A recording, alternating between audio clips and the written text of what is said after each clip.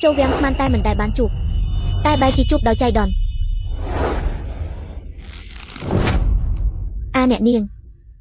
Cạt hơi mến tế. Rè niêng trong thẹ chiêm hỏi. Còn tai bất chia mình miên côn sọ. Mình ai tê khi nhông bác chỉ. Khi nhông miên à rõm tha miệt chai khổ. Ê lơ mơ tơ press nom yon thẹ chiêm khẳng krào. Cleanse ôi chùm lại. Ai bất chiaสัญญาในการสำราญก้นปีบะนังแคละชิมแมนอาขยมมาจ้าเหมือนบานเตขยมมาจ้าเหมือนบานเตประหารยันฟีบอมเปียนฉบับมนุษย์ทัวประหารชีวิตมันแมนขยมเตเนี่ยมีนก้นตาเนี่ยปราวิธีไอ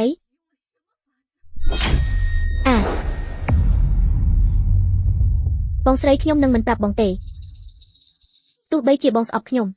ก็รงจำจิตกรอยซองสักจ่อ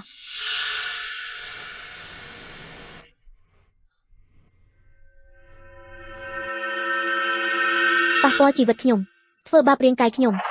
បើមានជាតិក្រោយខ្ញុំនឹងឲ្យឯងសង្វិញទ្វេដង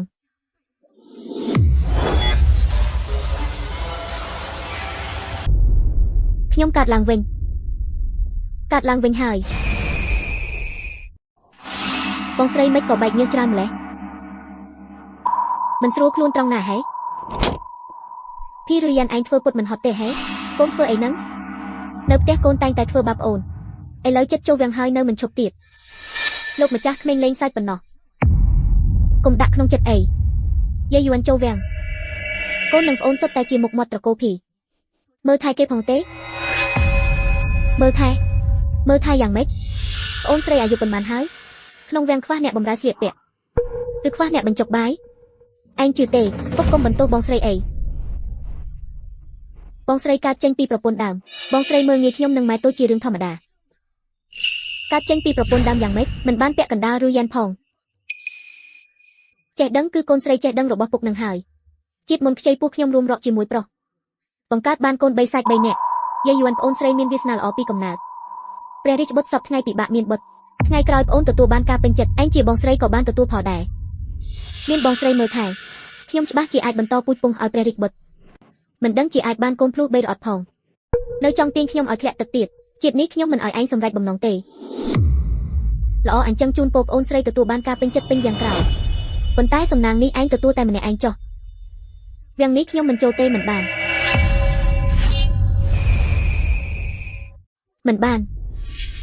ពួកឯងភ័យស្អីខ្ញុំមិនចូលវាំងទៅដណ្ដើមជាមួយពួកឯងគួរតែសប្បាយចិត្តមិនមែនហេ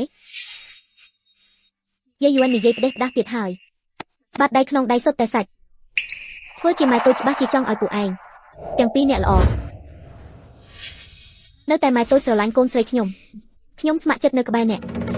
នៅជាមួយអ្នកមួយជីវិតមិនបានទេម៉ែតាមពិតអ្នកធ្វើបាបខ្ញុំមិនមែនតែឬយ៉ាងខ្ចីពោះកើតកូនគ្រួសារនេះសុទ្ធតែជាអ្នកសំគំនិតច្បាប់ធំជាងមេឃបើព្រះរាជបុត្របានចេញរាជបញ្ជាហើយតើឲ្យឯងចង់ទៅក៏ទៅបានហេម្យ៉ាងទៀតម៉ែតូចបានរៀបចំទំនាក់ទំនងក្នុងវងរួចហើយរៀបចំកន្លែងស្នាក់នៅរបស់ឯងនិងប្អូនស្រីនៅជាមួយគ្នាគឺសង្ឃឹមថាអ្នកទាំងពីរមានអ្នកមើលថែគ្នាប្រញាប់ឲ្យខ្ញុំចូលវាំងបែបនេះមើលទៅមុនអាគមខ្ចីពោះកាត់កូនបានដាក់តាំងពីពេលនេះហើយ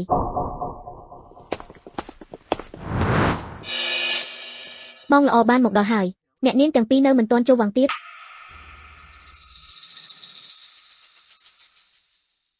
បានខ្ញុំយល់ព្រមតាមអ្នករឿងដែលកើតឡើងហើយខ្ញុំកែប្រែមិនបានតែវាសនាទៅថ្ងៃមុខខ្ញុំនឹងជាអ្នកកំណត់ជាតិនេះខ្ញុំនឹងឲ្យពួកឯងកាប់សម្លាប់គ្នាមិនស្លាប់មិនឈប់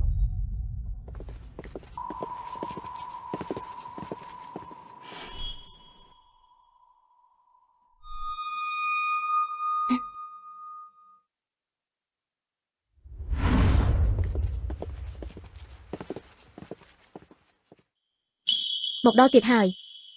ទុកវេទនាទាំងអស់របស់ខ្ញុំសុទ្ធតែចាប់ផ្ដើមពីភីឬយ៉ានមានផ្ទៃពោះ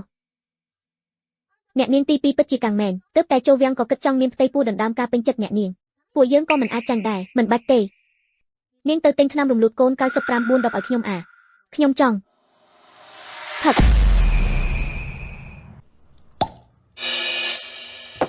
ភីឬយ៉ានមិនដឹងប្រើវិធីអីឲ្យខ្ញុំមានផ្ទៃពោះជំនួសគេរងទុកវេទនាជំនួសគេតែបើខ្ញុំមិនអាចមានផ្ទៃពោះក៏មិនអាចផ្ដល់ឱកាសឲ្យគេដែរ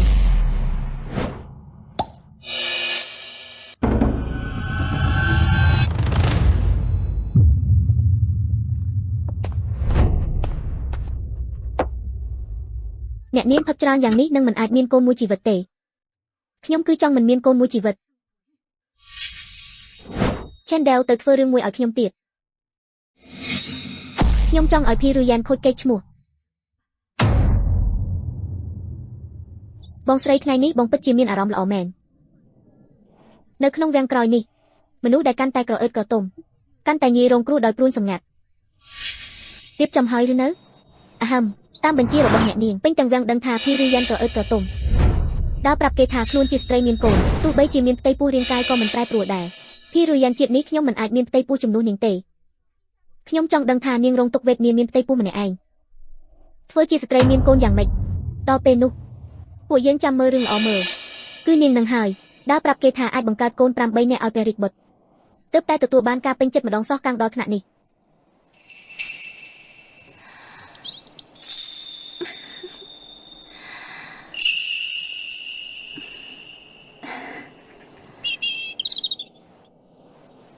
បងស្រីអ្នកមិនដឹងទេព្រះរាជបុត្រធំជាងដៃពួកយើងទៀតខ្ញុំខំប្រឹងខ្លាំងណាស់ទើបដាក់ចូលពិតជាមុខក្រាស់មែននៅមានអ្នកដែលមុខក្រាស់ជាងនេះទៀតព្រះរាជបុត្រយាងមកដល់ឯងថ្វាយបង្គំព្រះរាជបុត្រខ្ញុំម្ចាស់នឹកព្រះរាជបុត្រចង់ស្លាប់ហើយនឹកយើងត្រង់ណានោះប្រកាសជា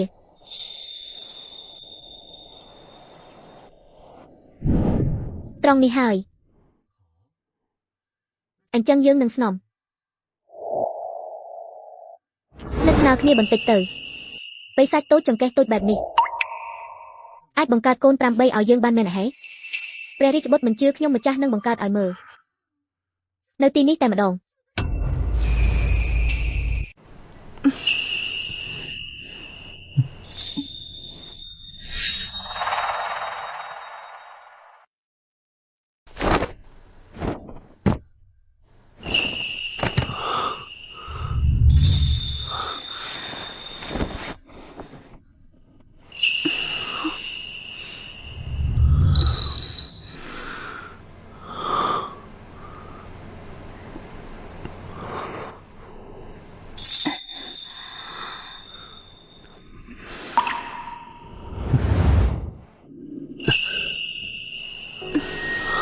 ជាព្រះស្នំរស់ហើយ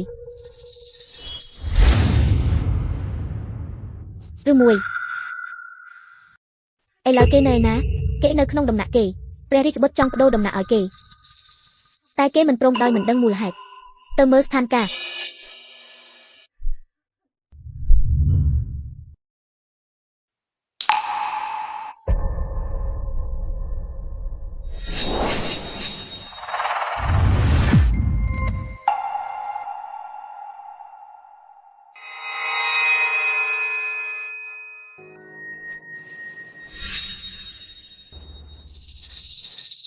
បងស្រីបងរៀបចំរបស់ល្អមិនតិចទេ95 4 10ឆ្នាំរំលូតកូននាងមកធ្វើអីអាយ៉ាខ្ញុំគ្រាន់តែមកកន្លែងបងញ៉ាំបាយមួយពេលប៉ុណ្ណោះមិនក៏មិនស្វាគមន៍អញ្ចឹង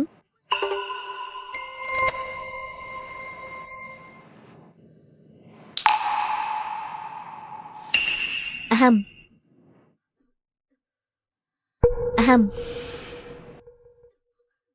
នាងដាក់វាចុះអ្វីដែលនាងជួបប្រទះនៅតែផ្ទេរមកលើខ្ញុំហាបងស្រីបងពិតជាគួរឲ្យអស់សំណើចមែនអ្នកនាងផឹកទៀតអ្នកនាងបងស្រីមិនក៏បងឈោមមិននឹងក្នុងបន្ទប់នេះគ្មានអ្នកផ្សេងទេមិនក៏មានគេវាយបងរុះយ៉ាននាងលែងដៃខ្ញុំកាត់អីបងស្រីប្អូនគ្រាន់តែស្ទាបពោះខ្លួនឯងហេតុអីមិនបាន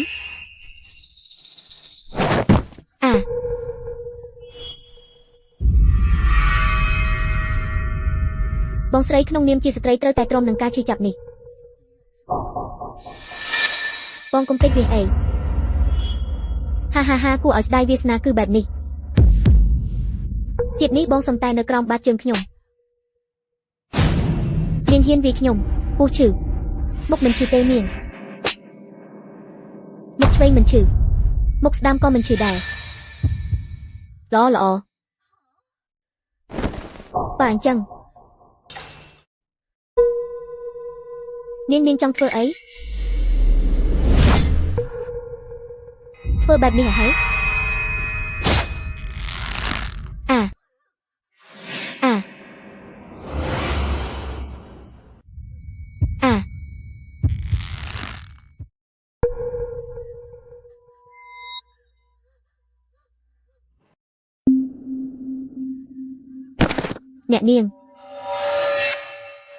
អ្នកនាង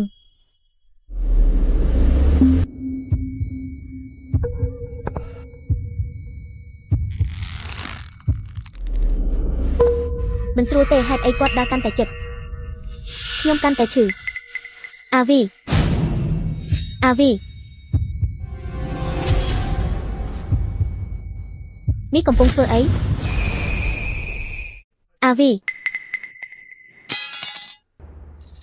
នេះកំពុងធ្វើអីព្រះរាជបុត្រ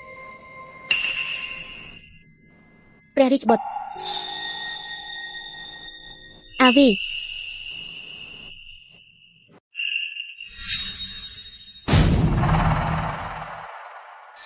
ព្រះរាជបុត្រមិនក៏មានថ្នាំរំលូតកូនច្រើនម្ល៉េះយាយយួននាងហ៊ានពន្យាកំណើតព្រះរាជបុត្រខ្ញុំម្ចាស់អត់មានទេព្រះរាជបុត្រទ្រង់យកច្រឡំបងស្រីហើយថ្នាំរំលូតកូននេះមិនមែនបងស្រីញ៉ាំទេគឺបងស្រីច្រណែនខ្ញុំមានផ្ទៃពោះបង្ខំខ្ញុំឲ្យញ៉ាំគីឬយ៉ាននាងគ្មានភស្តុតាងកុំចោទខ្ញុំថ្នាំរំលូតកូនល្វីងណាស់ខ្ញុំមិនព្រមញ៉ាំបងស្រី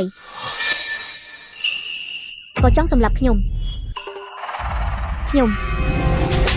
ប្រហានរួយយ៉ានចិត្តល្អ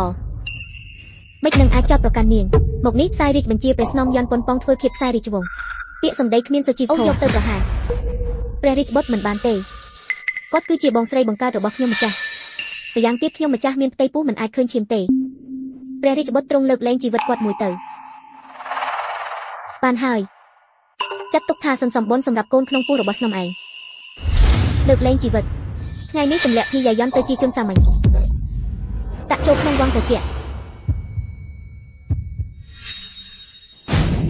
ព្រះរាជបុត្រខ្ញុំមិនអាចទេព្រះរាជបុត្រវាំងត្រជាក់ដាច់ស្រយាលពេកខ្ញុំម្ចាស់ខ្លាចថានឹងនឹកបងស្រីខ្ញុំម្ចាស់យល់ថាឲ្យបងស្រីនៅក្បែរខ្ញុំទៅចិត្តល្អណាស់គាត់មិនដែលចង់ឃើញនាងល្អទេនាងចង់ឲ្យខ្ញុំចូលវង្សត្រជាក់មកសុំអង្វរខ្ញុំធ្វើអីឬយ៉ាងនាងគឺចិត្តល្អពេកគាត់ចង់សម្លាប់នាងបែរជានៅការពារគាត់យកដល់មុខប្អូនស្រីនាងថ្ងៃនេះឃុំខ្លួននាងក្នុងដំណាក់គ្មានបញ្ជាមិនអាចចេញ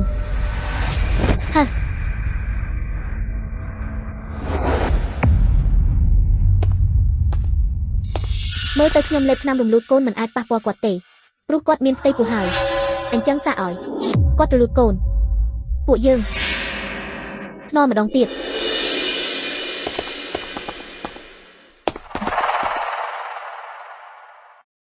យកទឹកអាស៊ីតនេះទៅឲ្យថ្វាយបង្គំព្រះនាង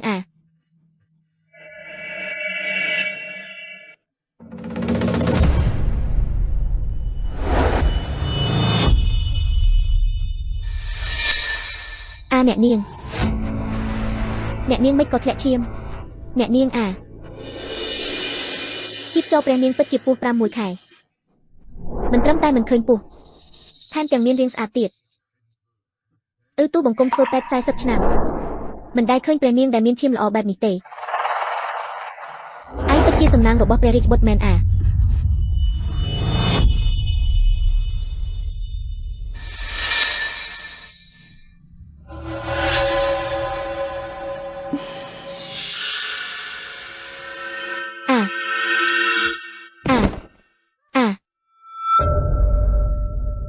នេះថោកទៀតមិនដែលប៉ះពាល់វាផងវាមានផ្ទៃពោះជាមួយអាណានឹងព្រះរាជបុត្រមើលជីបចោព្រះស្នំយ៉ាន់ពិតជាមិនមានផ្ទៃពោះទេប្រហែលជាក្រពះមិនស្រួលទើបមានជំងឺចម្លែកបែបនេះនៅតែមិនបានឈាវខិនឥឡូវមានតែគាត់ទេអ្នករងទុកមិនក៏គ្មានរបួសសោះ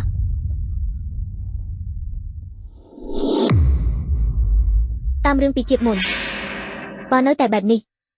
រងចាំដល់គាត់សម្រាលកូនពីខែទៀតគឺជាថ្ងៃស្លាប់របស់ខ្ញុំអ្នកនាងមិនអាចសម្លាប់ខ្លួនបានទេអ្នកនាងមិនអីទេឆាន់ថេង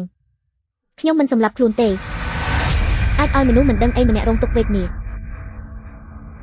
នោះគឺជាកំហុសរបស់មេក្រឡុំក៏មិនគួរត្រូវខ្ញុំស្លាប់ដែរ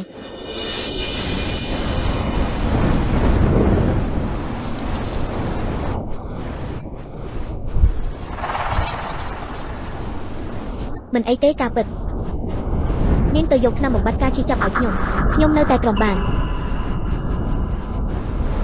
បងស្រីថ្នាំបំបត្តិការឈឺចាប់គ្មានប្រយោជន៍ទេ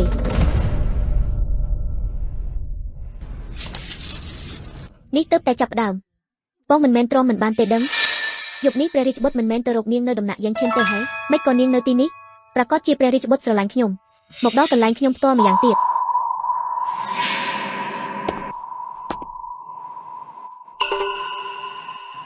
បងនៅស្ដាប់នៅខាងនេះបែបនេះមិនកាន់តែរំភើបទេហេស្នំឯកអូននៅឯណាស្នំឯ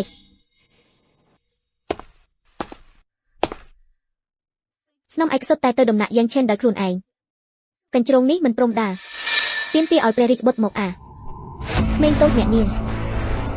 ក្មេងតូចមិនក៏ស្រាប់តែបែបនេះខ្ញុំពួកគេកំពុងរួមរត់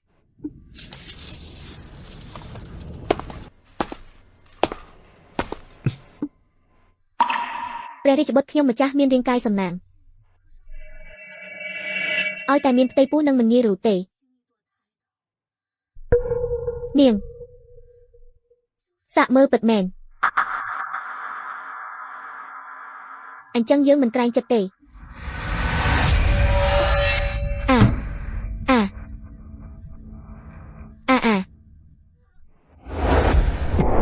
ព្រះរាជបុត្រធ្នំបិសាចតូចនេះមិនចូលចិត្តទេហេ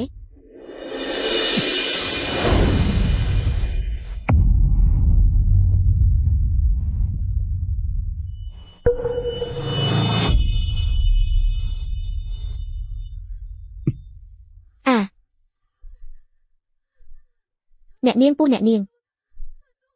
ពួកគេត្រឡប់មកវិញហើយ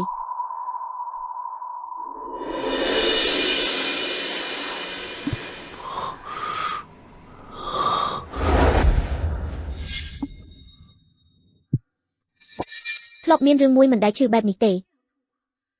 ហេតុអីលើកនេះឈឺជាងធម្មតាឬមួយពួកគេប្រើអ្វីពិតមែនខ្ញុំចេញទៅមើល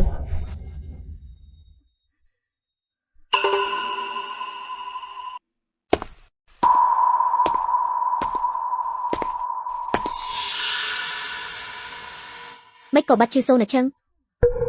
អ្នកនាងអាចក្រោកឈរបានហើយ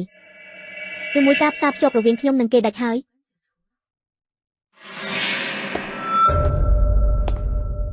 យូបងស្រីបងនៅអាចក្រោកឈរបានតាមពិតមិនបានដាច់ទេប៉ុន្តែពួកគេចាប់លឿនម្លេះ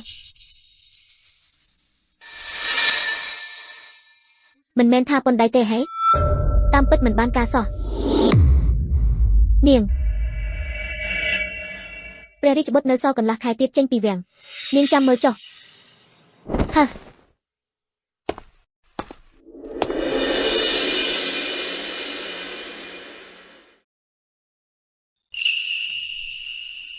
ះរាជបុត្រយាងចេញហើយភីឬយ៉ានមិនអាចរួមរកបានស្ងប់ស្ងាត់មួយរយៈប៉ុន្តែមិនដល់2ខែទៀតគេនឹងសម្រាលពេលវេលាមិនច្រើនទេគ្រាន់តែធៀបនឹងជាតិមុនជាតិនេះការឈឺចាប់មិនទៀងទាត់តើចាប់ផ្ដើមដោយរបៀបណាបងស្រីនេះគេរួមរកជាមួយអ្នកផ្សេងទៀតហើយខ្ញុំដឹងហើយប៉ុន្តែព្រះរាជបុត្រឥឡូវមិននៅក្នុងវាំងទេរាងកាយគាត់មិនមែនជាព្រះរាជបុត្រទេនៅមានអ្នកផ្សេង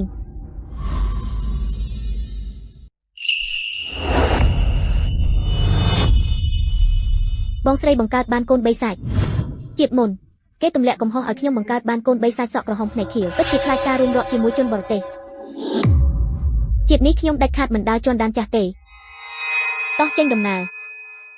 ពួកយើងទៅបន្ទប់ក្បែរចាប់សាហាយស្មន់ប៉ុន្តែព្រះរាជបុត្រឃុំខ្លួនយើងនៅទីនេះ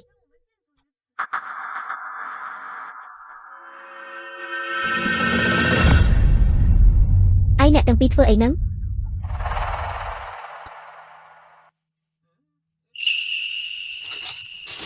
លោកវ៉ែនយកយល់ផងពួកយើងនឹងត្រឡប់មកវិញឆាប់ទៅឆាប់មកត្រូវហើយ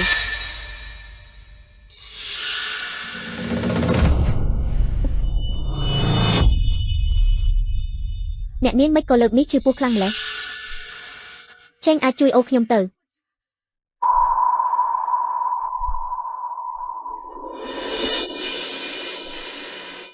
ហា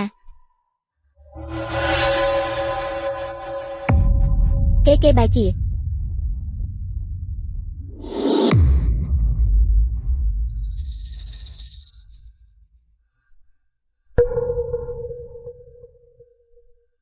របស់គ្មានបានការចុះទៅចុះម្នាក់បន្ទាប់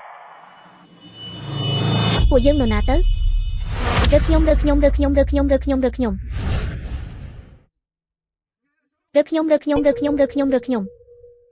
រើខ្ញុំមកនេះ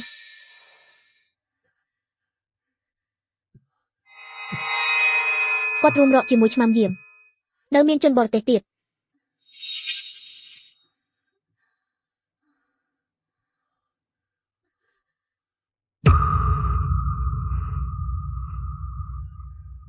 ហា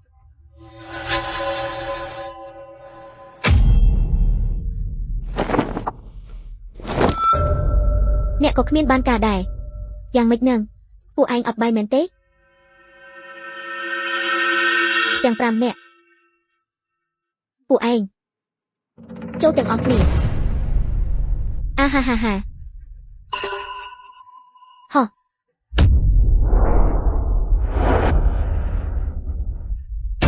ពិតមែន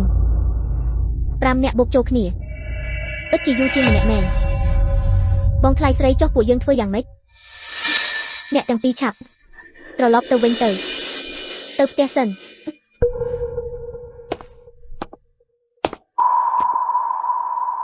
ទៀតហើយតើទៅមុខទៀតការជាចាប់ក៏ស្រាលទៅឬមួយក្មេងស្រីបានរៀបចំទំនាក់ទំនងក្នុងវាំងរួចហើយរៀបចំកន្លែងស្នាក់នៅរបស់នាងនិងប្អូនស្រីមួយគ្នាអញ្ចឹង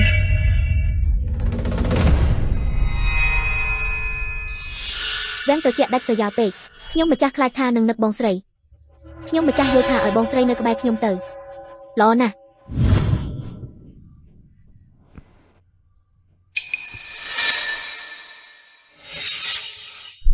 ឆេនថែងខ្ញុំដឹងហើយ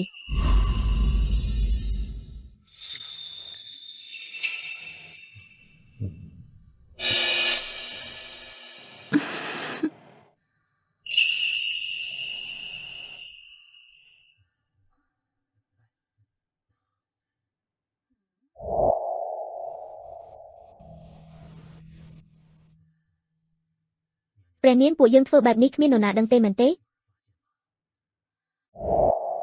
កុំបារម្ភព្រះរាជបុត្រមិនត្រឡប់មកវិញ10ថ្ងៃទៀតទេពួកឯងប៉ុន្មានអ្នកចង់ឲ្យយើងគេងម្នាក់ឯងហេព្រះនាងបាននិយាយពីកូនក្នុងពោះមិនមែនជាគុណសម្បត្តិរបស់ព្រះរាជបុត្រតែម្នាក់ទេពួកយើងប៉ុន្មានអ្នកក៏បានចូលរួមដែរបាននិយាយពីឪពុកក៏មិនមែនស្ដេចតែម្នាក់ឯងដែរមកហាឲ្យឪពុកធေါ်ស្ដាប់មើល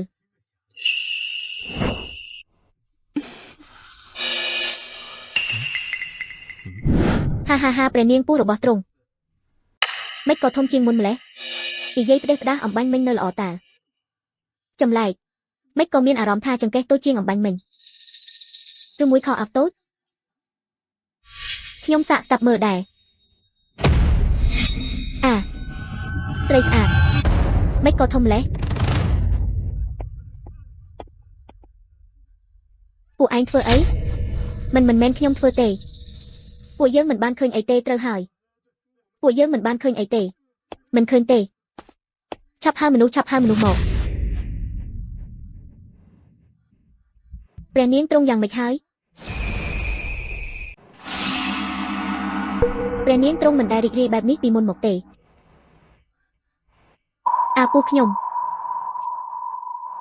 ពួកខ្ញុំមិនក៏ចាប់ផ្ដើមឈឺដែរសុទ្ធតែមកពីពួកឆ្មាំនោះដឹងថាទ្រង់មានផ្ទៃពោះ8ដៃក៏មិនស្រាលក្រែងលោកប៉ះពាល់ដល់ព្រះរាជបុត្រទៅយ៉ាងម៉េចទៅព្រះនាងពួកយើងប្រញាប់ហៅគ្រូពេទ្យទៅមិនបានទេ ឥឡូវវាងក្រោយទាំងមូលដឹងថាខ្ញុំមានរាងកាយមានកូនបើឲ្យគេឃើញខ្ញុំក្នុងសភាពបែបនេះមានតែឲ្យគេសើចចំអកพี่อย่าย้ำนายนะតោះយើងឆាប់ទៅរកគាត់ហឹម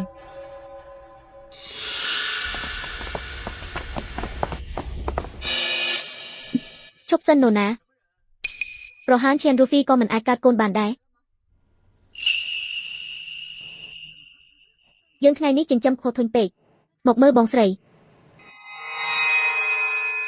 នៅមិនឆាប់ថយចេញប៉ុន្តែព្រះស្នំរូហ្វីពួកយើងឮថាទ្រង់មិនទាន់ឃើញពស់ថ្ងៃនេះមិនក៏ប្រហែលរាងកាយព្រះនាងមានកន្លែងឲ្យពួកឯងនិយាយដែរខ្ញុំម្ចាស់មិនហ៊ាន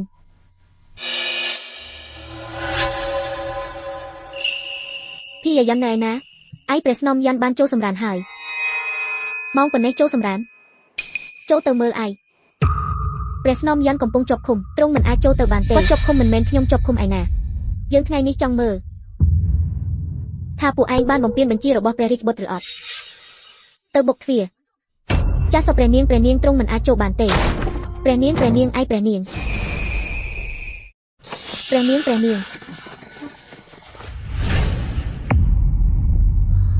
គាត់ណែណា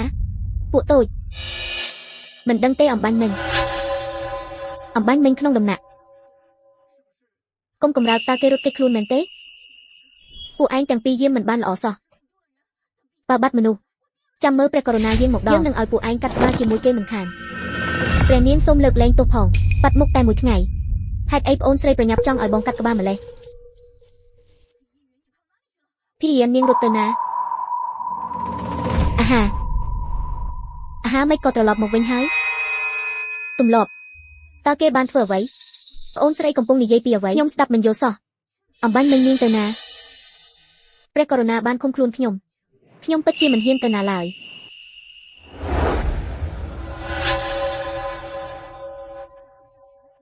ចុះស្បៃរ៉ូបរបស់បងស្រីមិនក៏ប្រឡាក់បែបនេះហើយក្នុងវាំងនេះមានឆ្មាឈ្មោលមួយក្បាលរត់ធ្វើពីវាពីកាធ្វើឲ្យប្រឡាក់តែប៉ុណ្ណោះអីចឹងហេឆ្មាបែបនេះពិតជាទុកមិនបានទេ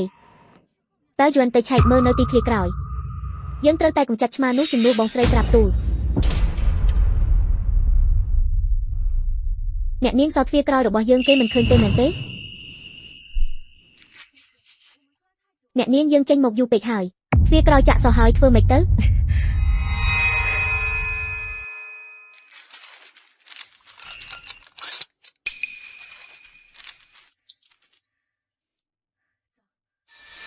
តោះ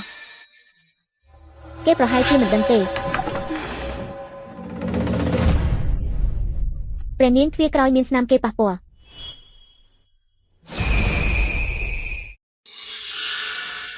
ព្រះនាងទ្វារក្រោយរបស់យើងមានស្នាមគេប៉ះពាល់នាំយើងទៅមើល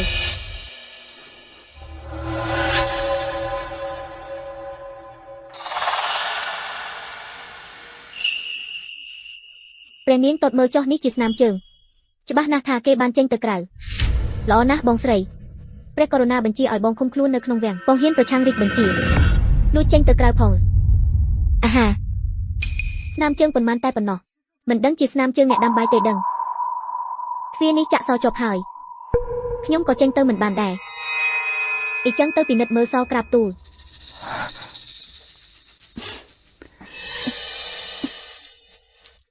ព្រះនាងសនៅល្អទេតើ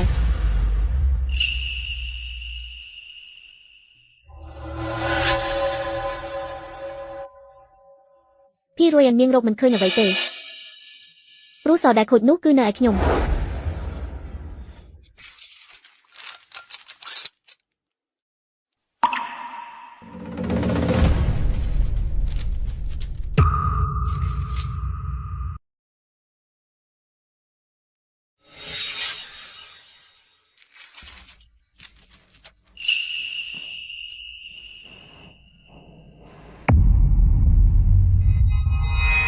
នេះគឺ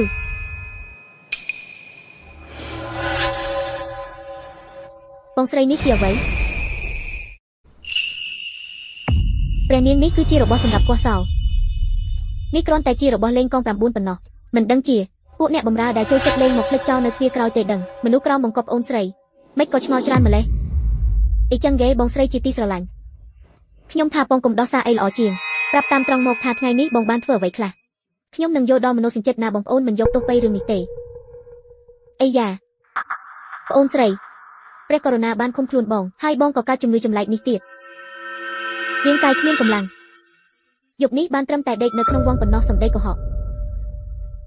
បើគាត់នៅត្រាំត្រែងក្នុងវាំងថ្ងៃនេះខ្ញុំមិននឹងជួបរឿងបែបនោះបានល្អបើបងនៅតែមិនព្រមសារភាពខ្ញុំនឹងយករបស់នេះទៅថ្វាយព្រះអាគមហេសីចាត់ការយ៉ាងណាគឺស្ដាប់តាមព្រះរាជបញ្ជាព្រះនាងព្រះអាគមហេសីយាងមកដល់ក្នុងដំណាក់មានរឿងអ្វីបានជាលោឡាបែបនេះថ្វាយបង្គំព្រះអាគមហេសីថ្វាយបង្គំព្រះអាគមហេសីយ៉ាន់ហ្វីនាងមិនស្រួលខ្លួនគួរតែសម្រាប់ឲ្យបានច្រើន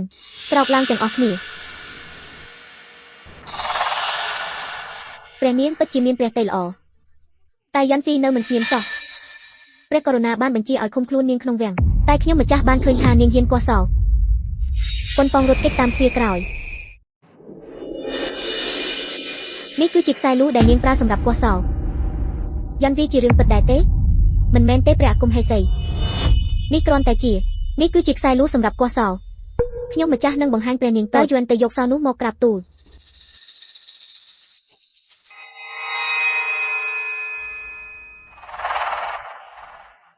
ព្រះនាងទុកឲ្យខ្ញុំម្ចាស់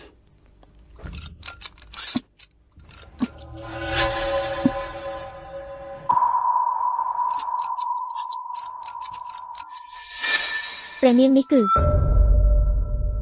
ព្រះអាគមហេសីតបមើលចុះពិតជាចាក់សោនេះមិនចេញមែនទុកឲ្យខ្ញុំមិននឹងអាចទៅរួចព្រះអាគមហេសីតាំងពីខ្ញុំម្ចាស់ដឹងថាខ្លួនឯងមានជំងឺចម្លែក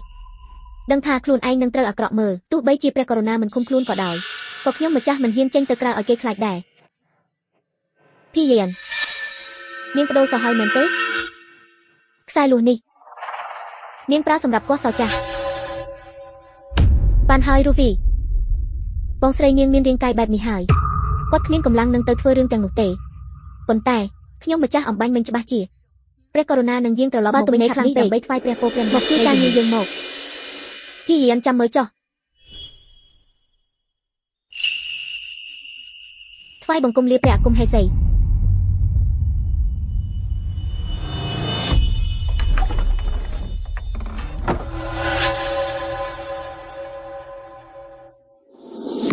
អ្នកនាងលើកនេះសំណាងណាស់ថ្ងៃក្រោយពួកយើងនៅឲ្យស្ងៀមវិញល្អជាងបើតាមការពីជាតិមុនพี่រួយនៅសល់តែ30ថ្ងៃទៀតនឹងសម្រាលហើយជាតិថ្មីនេះខ្ញុំត្រូវតែរំដោះខ្លួនពីវាសនារបស់ខ្ញុំហើយឯងក៏ត្រូវទទួលកម្មពីរបស់ឯងដែរ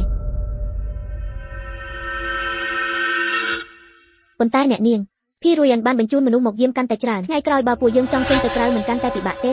មិនបាច់ខ្លាចពួកគេដើរល្បាតគ្រាន់តែដើម្បីខ្ញុំនៅតែនៅក្នុងបន្ទប់ប៉ុណ្ណោះតែខ្ញុំអាចធ្វើជាមិនមែនមនុស្សរស់តែខ្ញុំអាចធ្វើជាមិនមែនមនុស្សរស់អ្នកនាងកុំនិយាយផ្ដេសផ្ដាសមិនមែនមនុស្សរស់ឬជាមនុស្សស្លាប់ពិតមែនហើយឆាន់ថៅដ៏ល្អរបស់ខ្ញុំថ្ងៃស្អែកនាងត្រូវទៅចាត់ចែងរឿងមួយចំនួនខ្ញុំនៅប៉ែកនិរដីនៃវាំងមានកន្លែងដែលអាចធ្វើសម្លៀកបំពាក់កប់សពធ្វើមនុស្សក្រដាសអាហារខ្ញុំចង់ធ្វើមនុស្សក្រដាសពីរមួយកម្ពស់ប៉ុនខ្ញុំមួយទៀតប្រហែលប៉ុណ្ណេះរាល់ពេលដែលពួកគេដើរល្បាតគ្រាន់តែមើលពីក្រៅបង្អួចតែប៉ុណ្ណោះ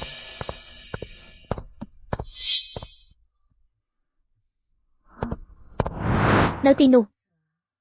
ដូច្នេះខ្ញុំដែលនៅលើគ្រែមិនបាច់ជាមនុស្សរស់ទេ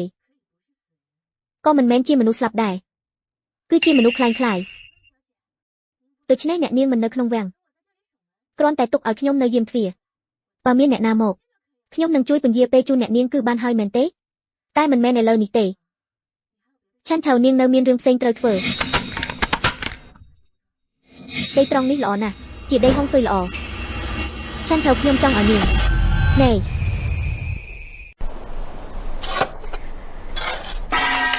Make smooth ប្រយ័ត្នភ្លើងទៀន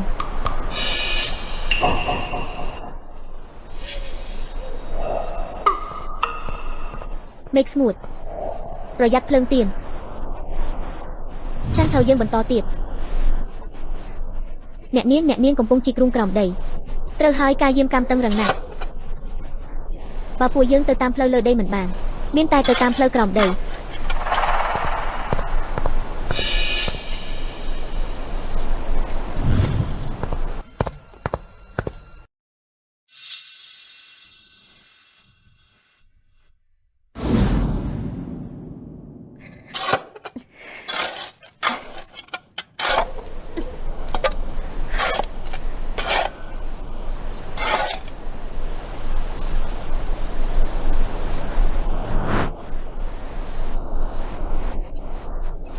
បានហើយឥឡូវអាចបន្តលេងជាមួយខ្ញុំបានហើយប៉ុន្តែអ្នកនាងភីរួយលើកមុនបានឃើញផុសតាំងហើយលើកនេះប្រកាសជាកាន់តែប្រយ័ត្នចំពោះពួកយើងគួរតែទុកមួយរយៈសិនចាំធ្វើសកម្មភាពមិនបានទេពេលវេលាសំបីតែមួយថ្ងៃក៏ពន្យាមិនបានដែរបើគេប្រយ័ត្នខ្លួនពួកយើងនឹងវាយប្រហារគេពេលដែលគេនឹកស្មានមិនដល់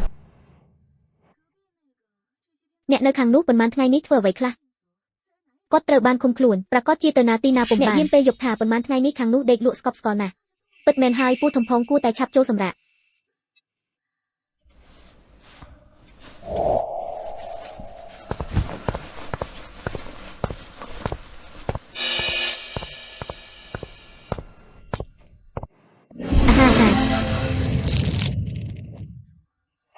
ធ្ងន់ណាស់តើអ្នកណាសង្កត់ខ្ញុំនឹងធ្ងន់ណាស់តើមានអ្វីសង្កត់ខ្ញុំព្រះករុណាអីហ្វីព្រះករុណាធ្ងន់ណាស់កុំសង្កត់ខ្ញុំម្ចាស់ទៀតអី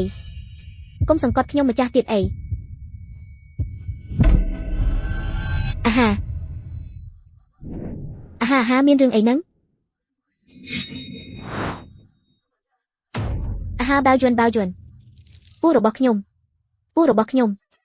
ពូរបស់ខ្ញុំមិនក៏ទៅជាបែបនេះព្រះនាងមិនក៏ចាប់ដើមធំពោះទៀតហើយមិនមែនពួកអ្នកបម្រើដែលមិនចេះមើលការខុសត្រូវអំពើក្នុងអាហារយប់ទេដឹងទេនេះគឺការចែករំលែកការឈឺចាប់បានបញ្ចប់ហើយទៅរកភីយានព្រះនាងរឿងនេះពាក់ព័ន្ធអ្វីនឹងយ៉ាន់វីប្រើឲ្យទៅក៏ទៅចុះព្រះនាងពោះប៉ាំងពោះបន្តិចទៅ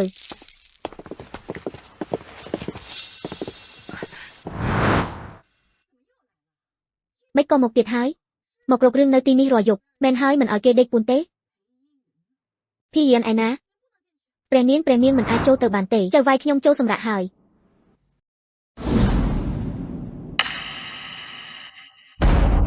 ចេញឲ្យផុតនាងមិនអាចនៅខាងក្នុងបានទេ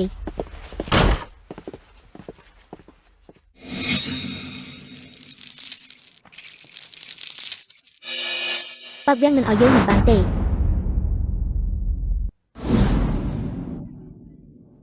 យ៉ាន់វីច្បាស់ជាកំពុងដេកនៅទីនោះមែនទេមែនហើយមិនក៏ឆ្ងល់ច្រើនម្លេះ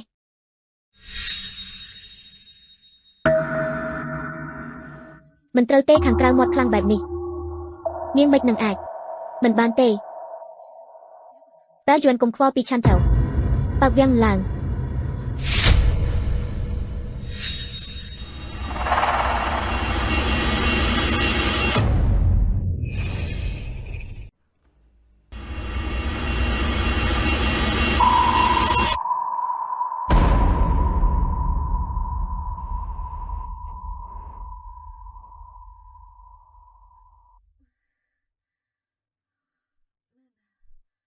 ប្អូនស្រីលើកនេះកំពុងធ្វើអ្វីទៀតហើយនាងបានលួចចេញទៅក្រៅទៀតហើយមែនទេ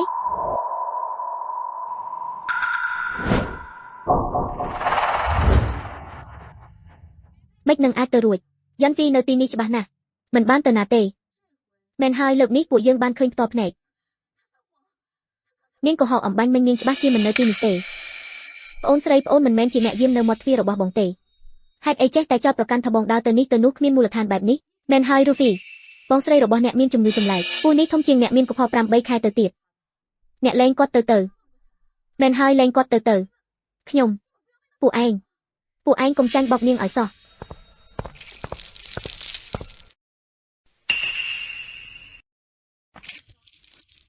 ព្រះនាងនៅទីធ្លាក្រោយមានគេប្រទះឃើញរូងដីមួយរូងដីនាងមួយរយៈនេះចម្លែកណាស់សូម្បីតែសិលឹបរបស់ខ្ញុំក៏បាត់បង់ការគ្រប់គ្រងជាញឹកញាប់ឬមួយក៏តោះ ពួកយើងទៅមើលរូងដីនោះយប់អាត្រៀតហើយនៅរោគរឿងមិនចេះចប់ប្រញាប់ទៅអញ្ជើញព្រះអាគមហេសីមកនៅទីនេះ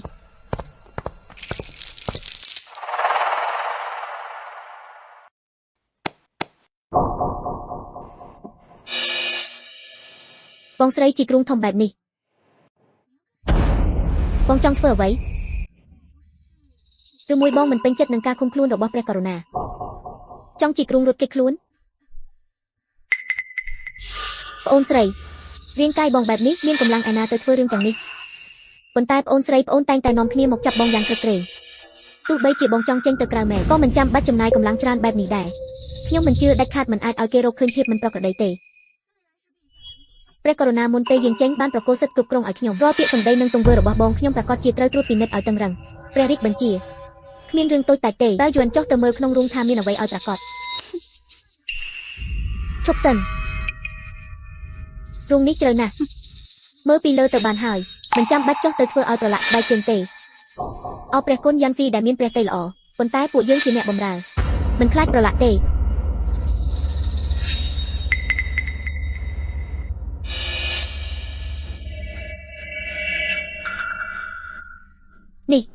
នេះជាមានរឿងអីស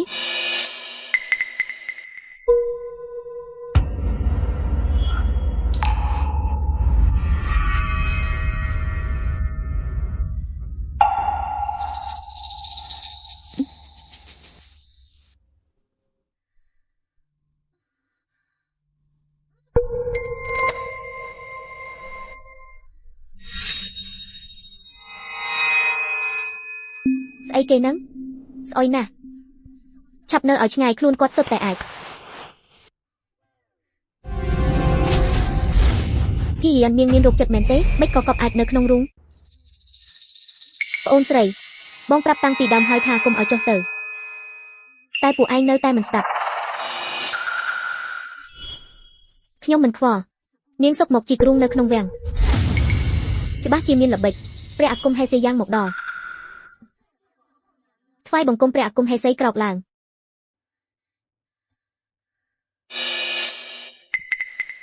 ជូវីជានាងទៀតហើយមនុស្សរបស់នាងមិនក៏ប្រឡាក់ពេញខ្លួនបែបនេះខ្មាស់គេណាស់ឆាប់នាំចុះទៅក្រាបទូល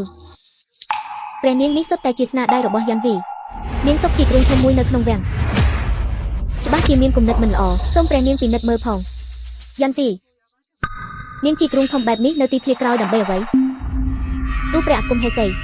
ខ្ញុំម្ចាស់បានឮថាបុណ្យចម្រើនព្រះជន្មព្រះមហាក្សត្រីយានីចិត្តដល់ហើយទើបគិតថានឹងដាំឈើបួងសួងមួយដើមទើបមានរូងមួយនេះទឹកអាចនៅក្នុងនោះគឺសម្រាប់ធ្វើជាជីដាក់ដំណាំ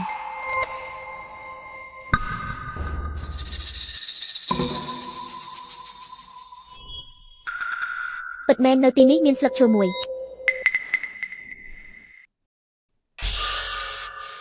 ខ្ញុំម្ចាស់ដឹងខ្លួនថាមានកំហុសស្មានថាការជីករូងនៅក្នុងទីធ្លារបស់ខ្លួនឯងនឹងមិនរំខានដល់អ្នកដទៃនរណាទៅដឹងថាប្អូនស្រីយប់នេះស្រាប់តែសម្រុកចូលមកថែមទាំងបញ្ជាឲ្យមនុស្សលោតចុះទៅទៀតនាងដោះសារមិនមែនបែបនេះទេរូវីនាងមួយរយៈនេះកើតអីហ្នឹងមានរឿងអីខ្ញុំម្ចាស់គ្រាន់តែចង់ជួយចែករំលែកទុក្ខព្រួយរបស់ព្រះករុណាព្រះករុណានឹងយាងមកដល់ក្នុងរយៈពេល3ថ្ងៃទៀតមានចិត្តបែបនេះមិនសូវរៀនតាមយ៉ាន់ទីនៅឲ្យស្ងៀមបន្តិចទៅ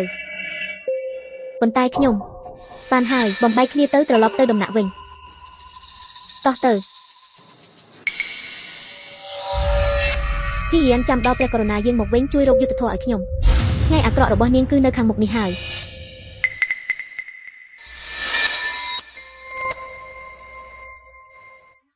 អ្នកនាងសំណាងហើយដែលអ្នកនាងឆ្លាតនាងពិតជាមើលមិនព្រោះមែនឆាន់ថៅរុងនៅខាងក្រៅនោះ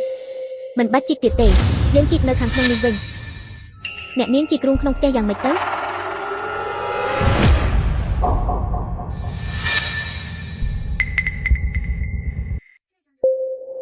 ក្រែមួយនេះគឺខ្ញុំសុំពីខាងសំណងជាពិសេសខ្ញុំចង់ឲ្យផ្លូវក្រោមដីនេះតបជាប់មកដល់ក្រែរបស់ខ្ញុំដោយផ្ទាល់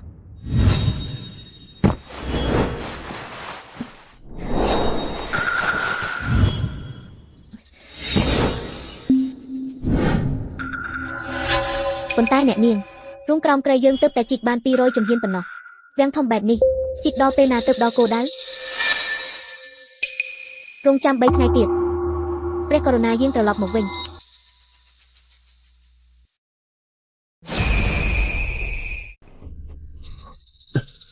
ព្រះករុណាខ្ញុំម្ចាស់នឹកព្រះអង្គគ្រប់ពេលវេលាព្រះអង្គយាងមកវិញហើយព្រះមេដាគោរពប្រតិបត្តិធម៌យូរហើយមិនបានគ្រប់គ្រងវាំងក្រោយជាច្រើនឆ្នាំលើកនេះបុណ្យចម្រើនព្រះជន្មចិត្តយើងច្បាស់ជាត្រូវរៀបចំឲ្យបានល្អអេហ្វីបានត្រៀមអ្វីខ្លះនោះជារឿងប្រាកដហើយខ្ញុំម្ចាស់ថ្មីនេះទើបតែរៀនក្បាច់ប្លែកពីប៉ែកខាងលិចគិតថានឹងសម្ដែងរបាំថ្វាយព្រះមហាក្សត្រីយានីមួយបទល្អណាស់ដើម្បីឲ្យយើងបានឃើញផងល្អណាស់អីចឹងខ្ញុំម្ចាស់ទៅបដូរសម្លៀកបំពាក់សិនអាហាតើយួនពិធីជប់លៀងថ្ងៃនេះសំខាន់ណាស់តែខាត់មិនអាចមានកំហុសសំបីតែបន្តិចនាងទៅរកអ្នកបម្រើប៉ុន្មានអ្នកចាប់ភីយានមកព្រះនាងប៉ុន្តែស្ថានភាពរបស់នាងបែបនេះព្រះករុណាប្រហែលជាមិនអនុញ្ញាតឲ្យនាងបារម្ភថ្ងៃនេះនាងនឹងមិនបង្ហាញមុខហើយក៏គ្មានសម្លេងដែរ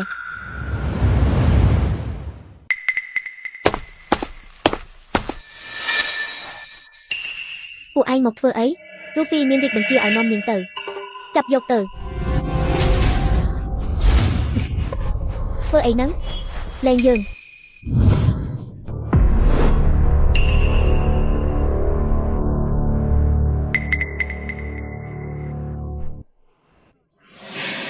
តើយួនញាត់មាត់នាងទៅដាក់ចូលក្នុងហឹបក្រាបទូល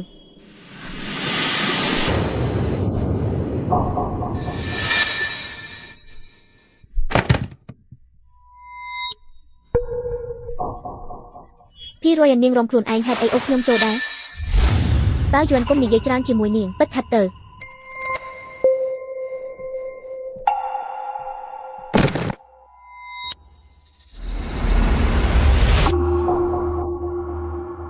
ល្អបន្តិចទៀត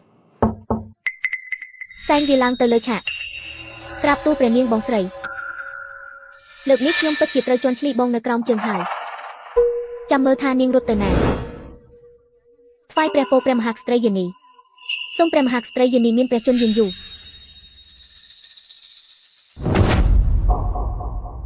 ហាហាហា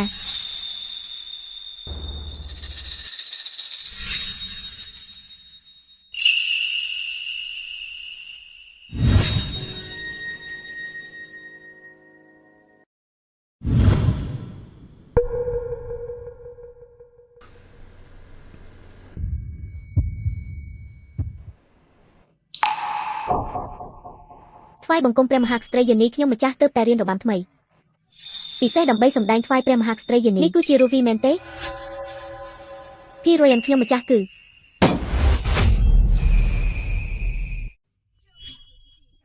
នេះគឺជារូហ្វីដែលព្រះករុណាសពព្រះទេបំផុតនិយាយថាមានកុហក8ខែហើយមិនក៏មិនឃើញពុះឬមួយនាងហ៊ានកុហកព្រះករុណាយាយចាស់នេះគ្មានចំណេះដឹងសោះព្រះមេដាខ្ញុំម្ចាស់ពិតជាមានផូមែនគ្រាន់តែរាងកាយពិសេសមិនចេញពោះសម្ដីនេះនាងប្រាប់គ្រប់គ្នានាងពិតជាមានល្បិចមែនមិនដូចពួកយើងចង់បានដូចគេមិនបានមានរឿងចម្លែកបែបនេះផងគ្រាន់តែនាងរំទាំងកំពុងមានកុហកប្រយ័ត្នប៉ះពាល់ដល់រាជបុត្រព្រះមេដាទុកព្រះតេចោះរូវីគឺជាទេវតាប្រទានមកជាមួយយើងឲ្យតែមានកុហកគឺមិនរលូតដាច់ខាតហើយគ្រូពេទ្យលួង12នាក់បានពិនិត្យថាផ្ទៃពូនេះមានរាជបុត្រ3អង្គហាហាហា Nemo Amitabha ខ្សែស្រឡាយយើង5-4ចំនួនមកហើយមានតែមួយពេលនេះស្រាប់តែមានដល់ទៅ3ពិតជាព្រះតាមថែរក្សាមែនហាហាហា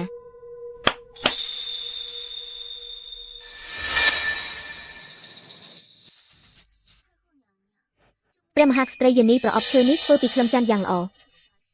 ប្រើប្រាស់ឈើមកពីអាសនៈផ្កាឈូករបស់ព្រះម៉ែកុងស៊ីអ៊ីមនៅភ្នំជីហួរខ្ញុំម្ចាស់ហ៊ានត្រាប់តាមព្រះម៉ែកុងស៊ីអ៊ីមរំនៅលើប្រអប់ឈើនេះដើម្បីបួងសួងថ្វាយព្រះមហាក្សត្រីយានីល្អល្អ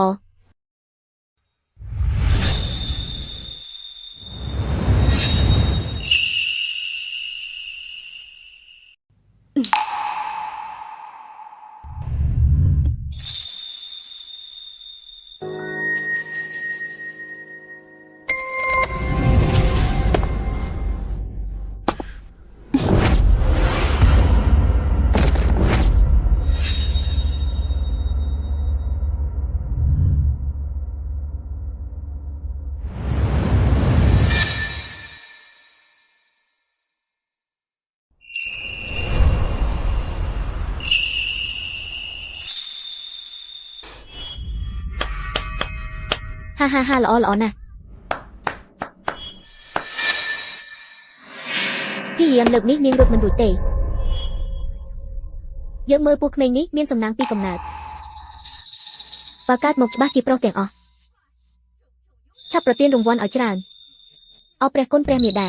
ខ្ញុំម្ចាស់នៅមានរបាំមួយទៀតចង់សម្ដែងថ្វាយ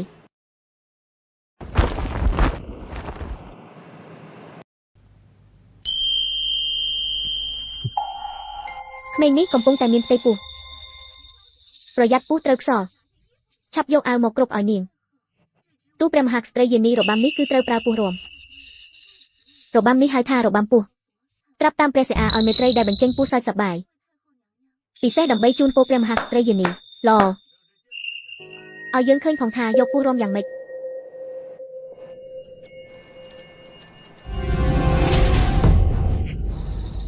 អាហាទេអារម្មណ៍នេះទេអារម្មណ៍នេះមិនក៏នាងមិនរំទីវីមិនស្រួលខ្លួនមែនទេយើងនឹងព្រះមេដាកំពុងរងចាំទស្សនាមិនអីទេនៅក្នុងហឹបមិនអាចមានបញ្ហាទេព្រះករុណាព្រះមហាក្សត្រីយានីជំហានដំបូងនៃរបាំនេះគឺការបញ្ចេញខ្យល់ត្រូវតែបញ្ចេញខ្យល់មិនល្អក្នុងពោះឲ្យអស់សិនទើបអាចរំបានស្ទាត់នោះមិនមែនជាការផាំទេហាហាហាហាតែមានវិធីថែសុខភាពបែបនេះផងយើងចង់ឃើញណាស់របាំពោះនេះ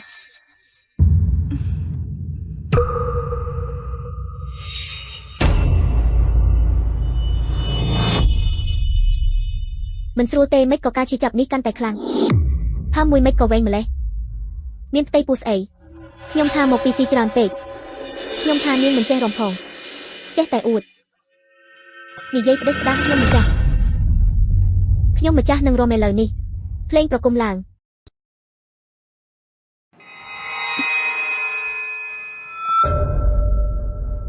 អាហាឈប់សិនពួកឯងមើលពស់របស់នាងកំពុងកម្រើកមែនទេព្រះមេដារបាំនេះឈ្មោះថារបាំពស់ប្រកាសជាត្រូវប្រើពស់រំហើយពស់មានចលនាឡើងចុះជារឿងធម្មតាទេមិនស្រួលទេម៉េចក៏មានអារម្មណ៍ថាពស់កាន់តែតឹងនេះគឺកូនបំរះ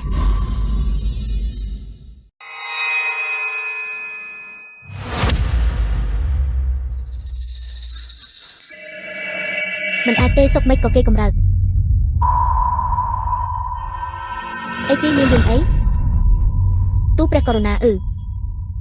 តាមពិតមិនអីទេគ្រាន់តែកូនក្នុងផ្ទៃពេលឮសំឡេងភ្លេងក៏សប្បាយចិត្តដែរគិតចង់ជូនពរព្រះមហាក្សត្រីយានីដែរតែភីរួយមិនមែនមានរាងកាយការពារពិសេសទេទោះបីជាកូនបំរះក៏មិនគួរណាមានប្រតិកម្មខ្លាំងបែបនេះដែរពួកស្រីដែលគ្មានចំណេះដឹងទាំងនេះរាជបុត្ររបស់យើងនៅក្នុងពោះក៏ពូកែច្បាំងដែរមិនមែនជាមនុស្សធម្មតាទេរួយនាងរំបន្តទៅក្រាបទូលព្រះករុណាមិនស្រួលទេមិនក៏ពូចាប់ដើមឈឺកាន់តែខ្លាំងភីយាននាងនៅក្រោមជើងរបស់ខ្ញុំច្បាស់ណាស់ហេតុអីនៅមានល្បិចច្រើនបែបនេះនរណានៅនឹងយកទឹកអំពៅទុំដាក់ទឹកកកដែលអេហ្វីចូលចិត្តមកអេហ្វីរំហត់ហើយសម្រាប់បន្តិចសិនចុះ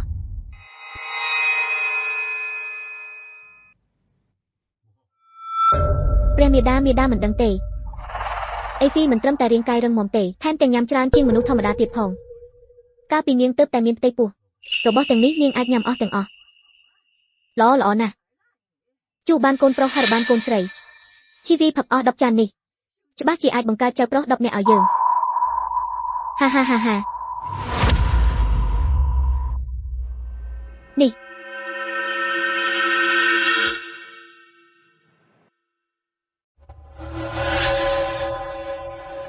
មិនបានទេពោះកាន់តែឈឺទៅចានត្រជាក់ណាស់កាន់មិនជាប់ទេអីទីឆាប់ផឹកទៅយើងដឹងថានាងចូលចិត្តទំពាទឹកកកលេងបានបញ្ជាគេឲ្យដាក់ទឹកកកគ្រប់ចាន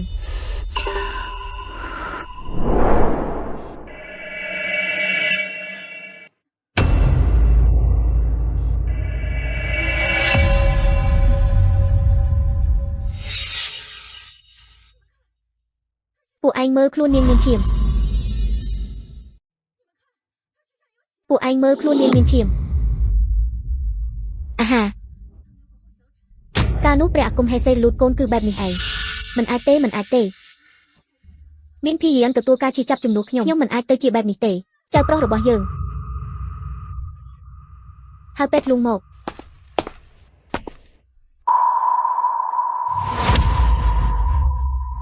មិនក៏នាងស្អុយម្លេះព្រះករុណាស្ត្រីលូតកូនតែងតែមានក្លិនឆ្អាបឈាមខ្លះហើយខាងក្រោមមានក្លិនមិនល្អជារឿងធម្មតាព្រះករុណាខ្ញុំម្ចាស់មិនបានរលូតកូនទេ Nemo Amitabha ពិធីបុណ្យ70វស្សាដ៏ធំរបស់យើងហេតុអីទៅជាបែបនេះមែនហើយពិតជាស័យធំមែនប្រផ្នូលនេះបញ្ជាក់ថាមានគ្រោះថ្នាក់ដល់ជីវិតមិនមែនបែបនេះទេព្រះមហាក្សត្រីយានីខ្ញុំម្ចាស់ត្រូវបានគេចោទប្រកាន់គឺហេតុនេះមានបញ្ហាព្រះករុណាខ្ញុំម្ចាស់អង្គវសូមព្រះអង្គផ្ដល់យុត្តិធម៌ដល់ខ្ញុំម្ចាស់ផងបើខិតពិនិត្យមើលទៅភីយាននាងកំពុងធ្វើស្អីហ្នឹងខ្ញុំនឹងកាប់នាងជា10000កង់ក៏បាននរណានៅនឹងបើកមើលក្រាបទូលពេលនាងរំបត់ទី1នៅល្អនៅឡើយភីយាននៅក្នុងនោះដាច់ខាតមិនអាចរត់រួចទេ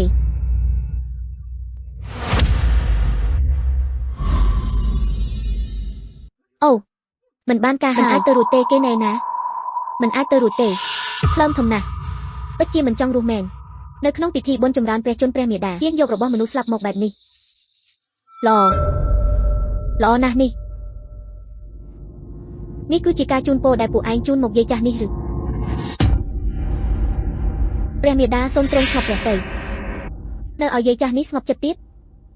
តាមពិតពួកឯងម្នាក់សុទ្ធតែចង់ឲ្យយាយចាស់នេះស្លាប់សោះស្នំអាយឆាប់ពន្យល់ប្រាប់ព្រះមាតាទៅព្រះមាតាខ្ញុំម្ចាស់ត្រូវបានគេចោទប្រកាន់នៅក្នុងហបនេះច្បាស់ជាដាក់ភ័យយន្តហេតុអ្វីបានជាខ្លាយជារបស់ចង្រៃនេះទៅវិញមិនសមហេតុផលសូម្បីតែហេតុផលសំរុំក៏រកមិនឃើញដែរសុខហេតុអ្វីបានជានាងយកបងស្រីរបស់នាងមកឃុំទុកក្នុងហបនេះធ្វើអ្វីខ្ញុំ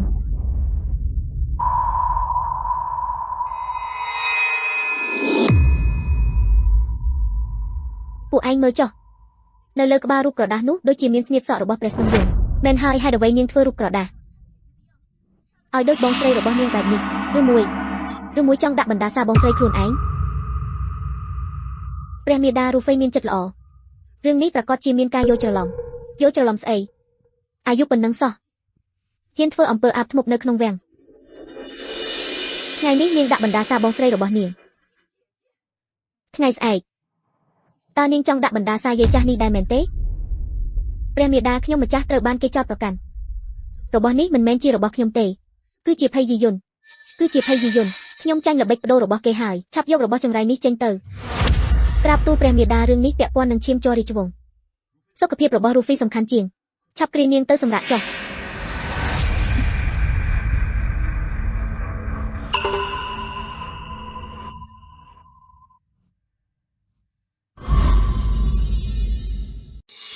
អ្នកនាងពិតជាផែនការដ៏ល្អទីបំផុតធ្វើឲ្យនាងអាម៉ាស់មុខនៅចំពោះមុខមនុស្សគ្រប់គ្នាចង់បន្ទោសគឺបន្ទោសដែលនាងល្ងងពេក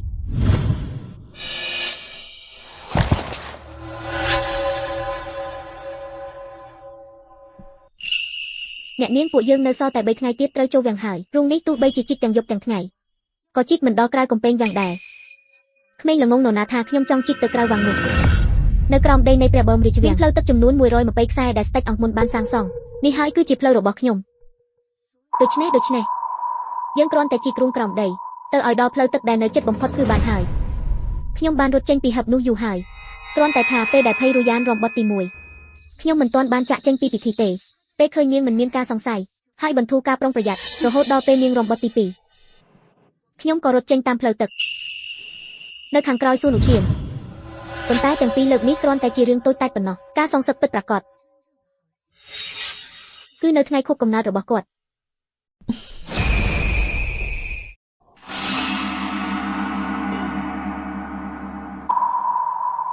ព្រះករុណាសុខភាពព្រះស្នំមិនមានបញ្ហាអ្វីទេទោះបីជាហូរឈាមបន្តិចប៉ុន្តែជីពចរនៅល្អកូនក្នុងផ្ទៃក៏មានសុវត្ថិភាពដែរឯងថយចុះទៅ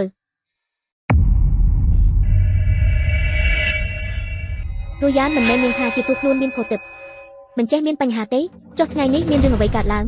ព្រះករុណាខ្ញុំម្ចាស់ត្រូវបានគេធ្វើបាបសុទ្ធតែជាបងស្រី គឺនាងជាអ្នកធ្វើខ្ញុំម្ចាស់គ្រាន់តែជាក្លុកហើយយាយយន្តមិនមែនទៅតែកាច់សាហាវថ្ងៃទី1ទេតែនាងមិនមែនទៅតែមានផ្ទៃពោះថ្ងៃទី1ឯណាយើងមិនដឹងទេ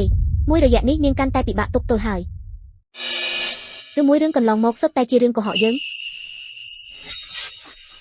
ព្រះករុណាមិនមែនបែបហ្នឹងទេព្រះអង្គទតមើលចុះខ្ញុំម្ចាស់មិនមែននៅល្អទេ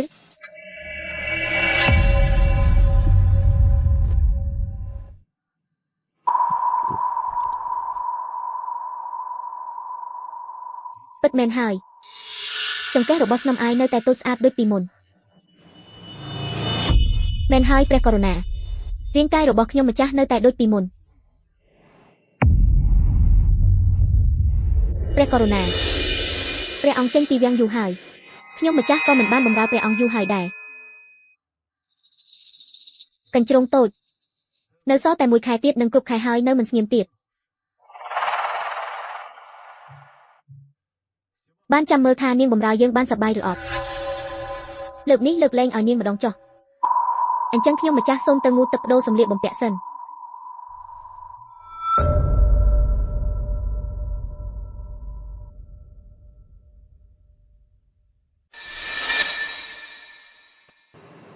បើជួន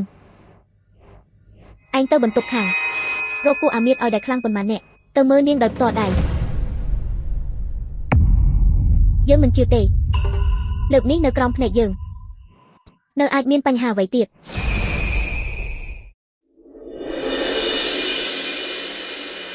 អ្នកនាងភ្លើងនៅបន្ទប់ខាងបិទអស់ហើយពួកយើងចាប់ផ្ដើមចុះ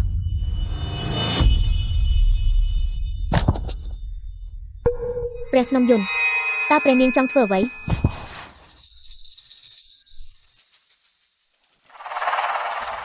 បើជួនឯងមិននៅបម្រើចៅហ្វាយឯងទេមកធ្វើអីនៅទីនេះ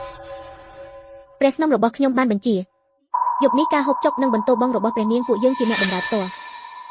អ្នកនាងលើកនេះពួកយើងធ្វើម៉េចទៅ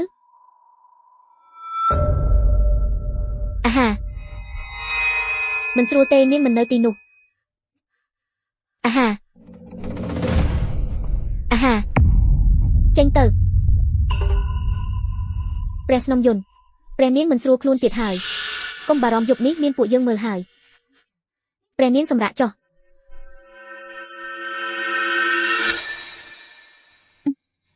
មកងាប់ទៅអេហាំប្រាមាត់ព្រះករុណាព្រះអង្គពិតជាមានក្បាច់ច្រើនមែនអញ្ចឹងចាំយើងមើលថានាងទទួលបានឬអត់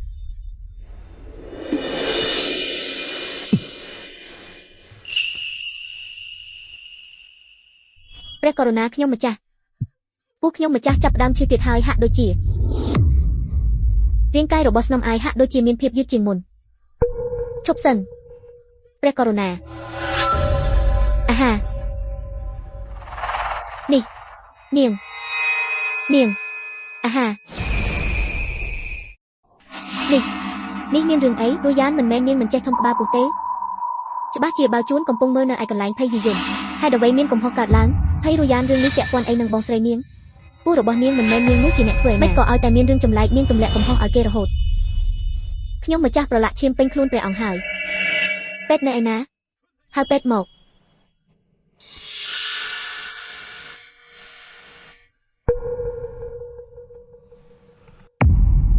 កូនរបស់យើងយ៉ាងម៉េចហើយព្រះករុណាព្រះស្នំចិត្តគ្រប់ខែហើយមិនក៏ព្រះអង្គគ្រូមដំណេកជាមួយនាងទៀតគឺមកពីស្នំចង្រៃនេះធ្វើរកពីស្រទន់ដាក់យើង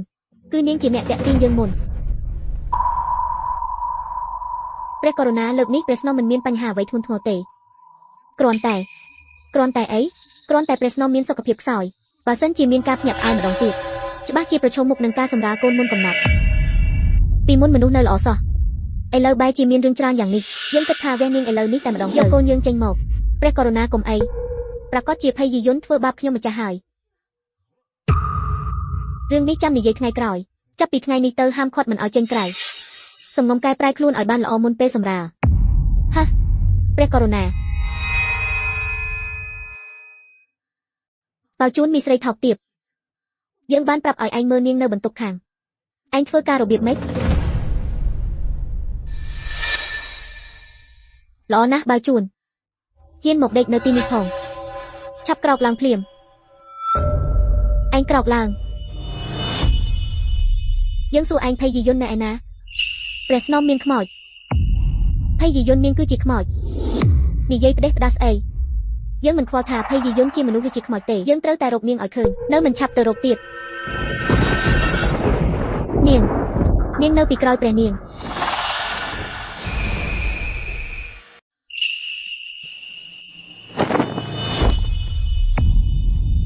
យើងសួរឯងខ្មោចនៅឯណាព្រះស្នំទុកជីវិតឲ្យខ្ញុំម្ចាស់ផងពួកយើងពិតជាបានឃើញភ័យយាយយន្តមែននាងសំយំក្បាលពីខាងលើនាងថែមទាំងដេញតាមពួកខ្ញុំម្ចាស់ទៀតឈួតឯងស្មានថាយើងជាសម្ដីខ្មោចរបស់ឯងឬព្រះស្នំទុកជីវិតផងព្រះស្នំទុកជីវិតផងព្រះស្នំទុកជីវិតផងព្រះស្នំទុកជីវិតផងថ្លើមតូចប៉ុណ្ណឹងចង់មកតាំងនឹងយើងនាងដេកលក់ហេតុអ្វីក៏គ្មានដង្ហើមសោះចឹង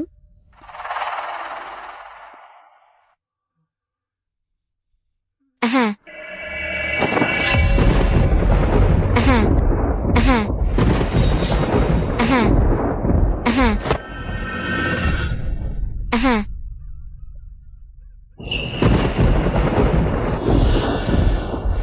អ្នកនាងល្អណាស់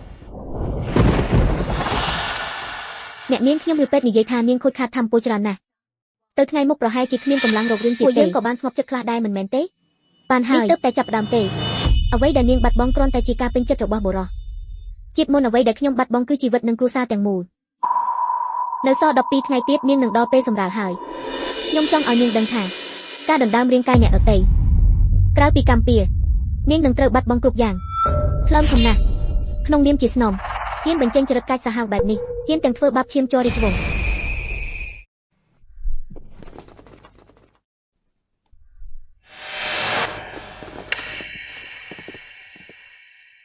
ភ័យរយ៉ានពិតជាថ្លើមធំពីមេឃហ៊ានឲ្យយើងអាម៉ាស់មុខនៅលើគ្រែបែបនេះ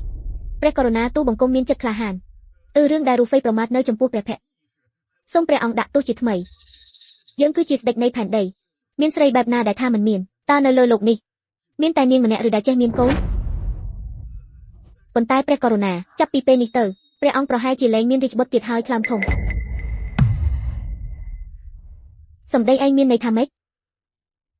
យើងអស់ពូជឺព្រះករុណាការរួមដំណេកលើកនេះព្រះអង្គមានការភ្ញាក់ផ្អើលខ្លាំងពេកខ្លាចខាតទៅថ្ងៃមុខមិនអាចបន្តពូជបានទៀតទេនិយាយផ្ដេសផ្ដាសយើងគ្រាន់តែហូរឈាមបន្តិចហេតុអ្វីក៏មិនអាចប្រើការបានលោកពេទ្យចាស់នេះគឺជាពេទ្យជំនាញកាលនោះភ័យរយ៉ានកើតមកក៏ពឹងលើគាត់ដែរចាប់ជីបចោលមើលជំងឺមិនដែលខុសទេនិយាយផ្ដេសផ្ដាសយើងនៅក្មេងនៅឡើយរាងកាយរឹងមាំណាស់មិនអាចទេរឿងនេះដាច់ខាតមិនអាចទៅរួចទេព្រះករុណាទូបង្គំធ្វើពេទ្យ40ឆ្នាំហើយមិនដែលខុសទេព្រះករុណាឥឡូវនេះព្រះអង្គមានតែរាជបុត្រនៅក្នុងផ្ទៃរូហ្វីមួយប៉ុណ្ណោះសូមព្រះអង្គមេត្តាថែរក្សាឲ្យបានល្អផងពួកឯងអូសអាពេទ្យកញ្ចាស់នេះយកទៅសម្លាប់ចោលទៅអាហាព្រះករុណាទុកជីវិតផងព្រះករុណាអាហាព្រះករុណាពួកឯងក៏គិតថាយើងអស់ពូជដែរមែនទេទូបង្គំមិនហ៊ានទេពួកឯងមិនហ៊ានសម្លាប់ចោលទាំងអស់ទៅមួយអ្នកក៏មិនទុកដែរព្រះករុណាពេទ្យទាំងអស់នៅក្នុងមន្ទីរពេទ្យលួងនៅទីនេះអស់ហើយរូហ្វីនៅត្រូវការថែទាំសុខភាពមិនគួរទុកពីអ្នកនៅបម្រើទេមុននេះពួកឯងវិនិច្ឆ័យថារូហ្វីមានសុខភាពល្អសម្ដីនេះពិតឬคล้ายទូបង្គំមិនហ៊ានកុហកស្ដេចទេរូហ្វីមានសុខភាពល្អប្រកាសជាអាចបង្កើតរាជបុត្រជូនព្រះអង្គដោយសុវត្ថិភាពល្អបើមានសុខភាពល្អហើយមិនត្រូវការគ្រូពេទ្យទៀតទេសម្រាប់ចោលទាំងអស់មួយក៏មិនទុកដែរព្រះករុណាទុកជីវិតផងព្រះករុណាទូបង្គំមានចាស់មានក្មេងត្រូវចិញ្ចឹមព្រះករុណាទុកជីវិតផងព្រះករុណាទុកជីវិតផងព្រះករុណាទុកជីវិតផងព្រះករុណាទុកជីវិតផងជួយផង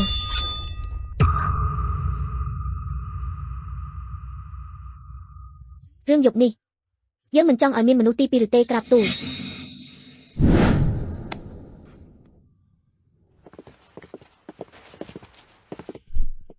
អ្នកនាងគ្រូពេទ្យនៅក្នុងវង្សត្រូវបានគាត់សម្លាប់អស់ហើយខ្ញុំកើតមកជាថ្មីទោះបីជាអាចកែប្រែវាសនាខ្លួនឯងបានប៉ុន្តែនៅក្នុងវាំងនេះពីមួយឆ្នាំទៅមួយឆ្នាំមនុស្សក្បាលដាច់មិនដែលមានតែខ្ញុំម្នាក់ទេឆឹងថាងទៅស៊ើបដំណឹងម្ដងទៀតលើកនេះខ្ញុំចង់ធ្វើឲ្យរឿងកាន់តែធំអ្នកនាងពិតជាចង់កាត់មកជាបិសាចធ្វើឲ្យស្ងាត់មាត់ឈឹងទៅគាត់មិនឲ្យនិយាយពួកយើងកាន់តែត្រូវបញ្ចេញដំណឹងទៅក្រៅ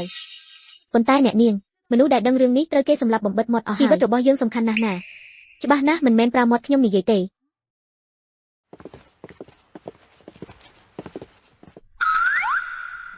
ពីមុនព្រះករុណានិងរូហ្វីស្អិតល្មួតនឹងគ្នាពីថ្ងៃនេះសំបីតែមាត់ទ្វារនាងក៏មិនចូលដែរមិនតែប៉ុណ្ណោះព្រះករុណាបានដាក់បំរាមនាងមិនឲ្យនរណាម្នាក់ទៅសួរសុខទុក្ខឡើយឯងថាតើព្រះករុណាអស់ចិត្តពីនាងហើយមែនទេនិយាយថាមកពីព្រះករុណាមានបញ្ហាសុខភាពមិននឹងអាចទៅរួចព្រះករុណាខ្លាំងក្លាដូចនាគដូចខ្លានោះប៉ុន្តែណោះមិននឹងអាចតែនិយាយទៅប៉ុន្មានថ្ងៃនេះព្រះករុណាសឹងនៅវិមានយ៉ាងស៊ីនរយប់មិនដែលឲ្យនរណាមកបំរើទេពាក្យទាំងនេះឬមកពីណាពាក្យទាំងនេះឬមកពីណាក្រាបទូលព្រះករុណាយើងសួរព្រះករុណាពាក្យចាំអារម្មណ៍ទាំងនេះបានឬមកពីណាខ្ញុំម្ចាស់ក៏មិនដឹងដែរទោះជាលេចចេញមកពីមាត់អ្នកបំរើនៅក្នុងវាំងចេញទៅចេញពីទីនេះឲ្យអស់ក្រាបទូលយប់នោះពួកឯងធ្វើការយ៉ាងម៉េចសម្រាប់ឲ្យស្អាតព្រះករុណាមនុស្សនៅយប់នោះពិតជាបានកំចាត់ចោលអស់ហើយលើកលែងតែខ្លួនរូបវេផ្ទាល់អាហាស្រីថោកទាបព្រះករុណាសូមទ្រង់ស្ងប់ព្រះតីរូហ្វេកំពុងមានកុសល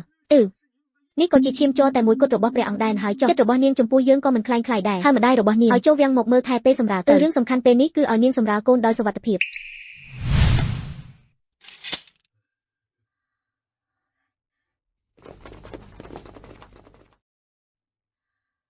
អ្នកនាងគាត់ថាលោកស្រីភ័យក៏ត្រូវចូលវាំងដែរបែបនេះមិនកាន់តែពិបាកទុកទោសទេមិនខ្លាចទេខ្ញុំខ្លាចតែគាត់មិនមកធ្វើឲ្យលឿនក្នុងរយៈពេល10ថ្ងៃខ្ញុំចង់ឲ្យភ័យរួយ៉ានសម្រាលកូន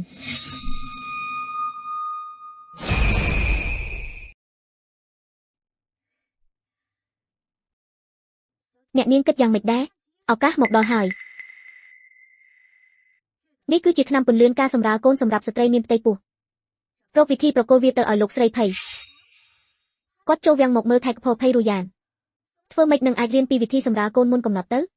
ទេគាត់ប្រកាសជាត្រូវការវាព្រះស្នំទីបំផុតម៉ែបានមកសួរសុខទុក្ខកូនហើយម៉ែកូនស្រីដ៏ល្អរបស់ម៉ែមុខមាត់ស្អាតបាត់បែបនេះបើយំទៅជាអាក្រក់មើលមិនល្អទេមានរឿងអីនរណាធ្វើឲ្យកូនអាក់អន់ចិត្តគ្មានអីទេម៉ែគ្រាន់តែកូនពុះ 5-4 ខែហើយត្រូវបម្រើព្រះករុណាទៀតពិតជាមានអារម្មណ៍ថាលំបាកបន្តិចមិននឹងអាចទៅមានរូបមន្តរបស់ម៉ែការលំបាកទាំងនេះភ័យយីយន់ទទួលជំនួសកូនអស់ហើយកូនមានអីត្រូវលំបាកពីមុនពិតជាបែបនេះមែនប៉ុន្តែប៉ុន្មានថ្ងៃនេះពោះរបស់កូនចេះតែឈឺម្ដងម្កាលហាក់ដូចជាវិធីនេះលែងស័ក្តិសិទ្ធិហើយ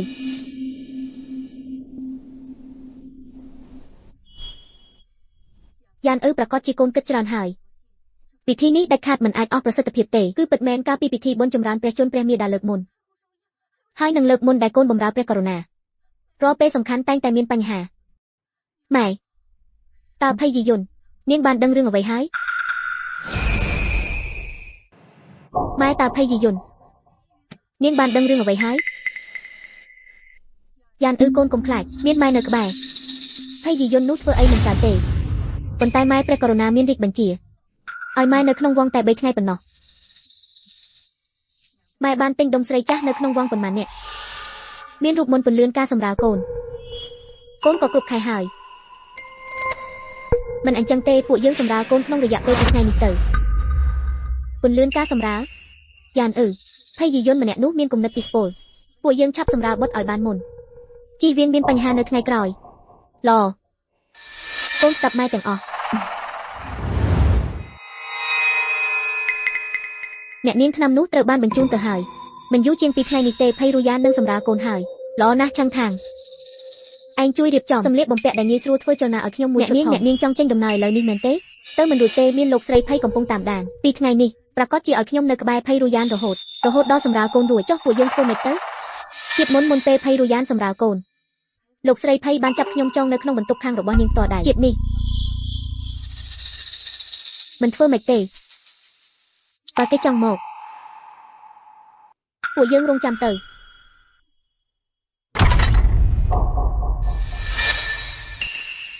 ពួកអ្នកមកធ្វើអីយីយន់មើលកូនស្រីនេះចុះប្រុងប្រយ័ត្ននឹងម៉ែម្លេះធ្វើអីខ្ញុំជាម៉ែកូនណា អាចធ្វើបាបកូនដែរឬបើជួនអញ្ជើញបងស្រីដ៏ល្អរបស់ខ្ញុំត្រឡប់ទៅវិញ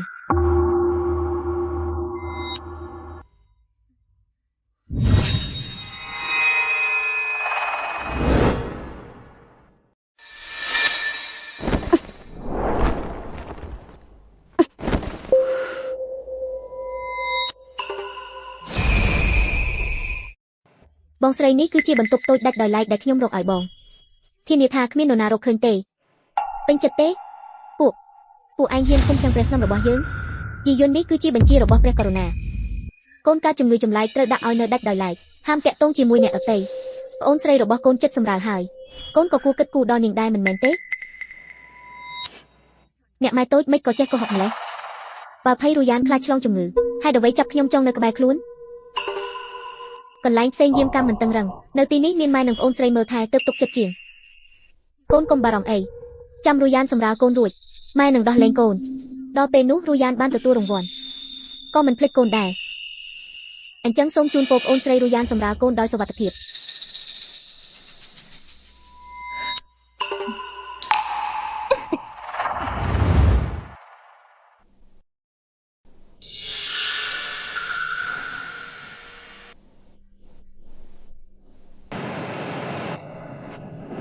ម៉ែប៉ុន្មានថ្ងៃនេះកូនចេះតែមានអារម្មណ៍ថាពូរបស់កូនហើយមើលទៅប្រហែលជាឆ្នាំពន្លឿនការសម្រាលរបស់យើងមានប្រសិទ្ធភាពហើយមែនឬបើជួនប៉ុន្មានថ្ងៃនេះភ័យយាយយន្តកំពុងធ្វើអីគេត្រូវគេចង់នៅក្រោយផ្ទះពីថ្ងៃនេះស្ងាត់ណាស់គ្មានសកម្មភាពអីទេតោះទៅមើលនាង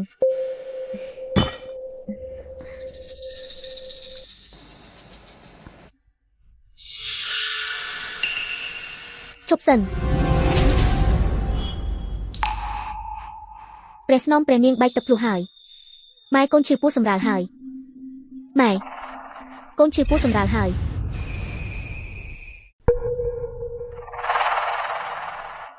អេស្នំអាយមិនបាច់លុតជង្គង់ទេក្រោកឡើងមិនបាច់លុតជង្គង់ទេអោព្រះគុណព្រះករុណាកុំឲ្យប៉ះពាល់ដល់រាជបុត្រយើងហៅពេទ្យមកព្រះករុណាពេទ្យត្រូវគេសម្លាប់អស់ហើយព្រះករុណាមន្ទីរពេទ្យលួងកំពុងជ្រើសរើសនៅមិនទាន់បានផង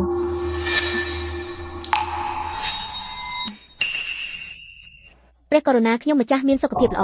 មិនត្រូវការពេទ្យទេម្យ៉ាងទៀតព្រះអង្គក៏ដឹងដែរខ្ញុំម្ចាស់គឺជាទូខ្លួនមានកោទឹកមែនហើយព្រះករុណារូយ៉ានមិនមែនជាមនុស្សធម្មតាទេព្រះករុណារកឈ្មោះ2នាក់មកគឺបានហើយល្អរូហ្វីនៅតែជាស្នំដ៏ល្អរបស់យើងមើលអ្នកនៅខាងក្រោយនោះឲ្យជាប់ហាមឲ្យមានបញ្ហារូយ៉ានបើនាងអាចបង្កើតបានរាជបុត្រឲ្យយើងនឹងដំឡើងឋានៈនាងជាអគ្គស្នំឯក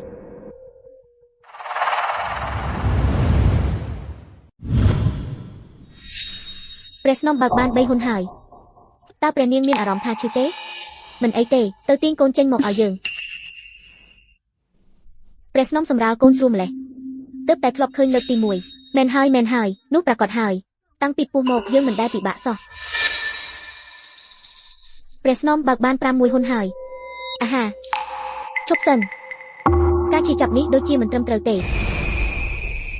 ព្រះស្នំមិនក៏ពោះព្រះនាងស្រាប់តែប៉ោងឡើងបែបនេះអាហាពោះរបស់ខ្ញុំហើយអ្វីក៏ខ្លាចជាបែបនេះទៀតហើយអាហាពួកឯងកំពុងធ្វើអីអាហាព្រះស្នំប្រឹងឡើងកូនចិត្តចេញហើយពេលនេះហើយដែលឈឺបំផុតទ្រាំបន្តិចទៅឯងចង់ថាយើងជាមនុស្សសាមញ្ញឬមានក្បាលព្រះស្នំនិយាយលេងហើយមនុស្សស្រីសម្រាលកូននរណាក៏បែបនេះដែរមែនហើយទេមានតែពួកឯងដែលជាពួករាស្ត្រទើបត្រូវទ្រាំនឹងការឈឺចាប់ទេសម្រាលមានតែពួកឯងដែលជាពួករាស្ត្រទើបត្រូវសម្រាលកូនដោយខ្លួនឯងអាហា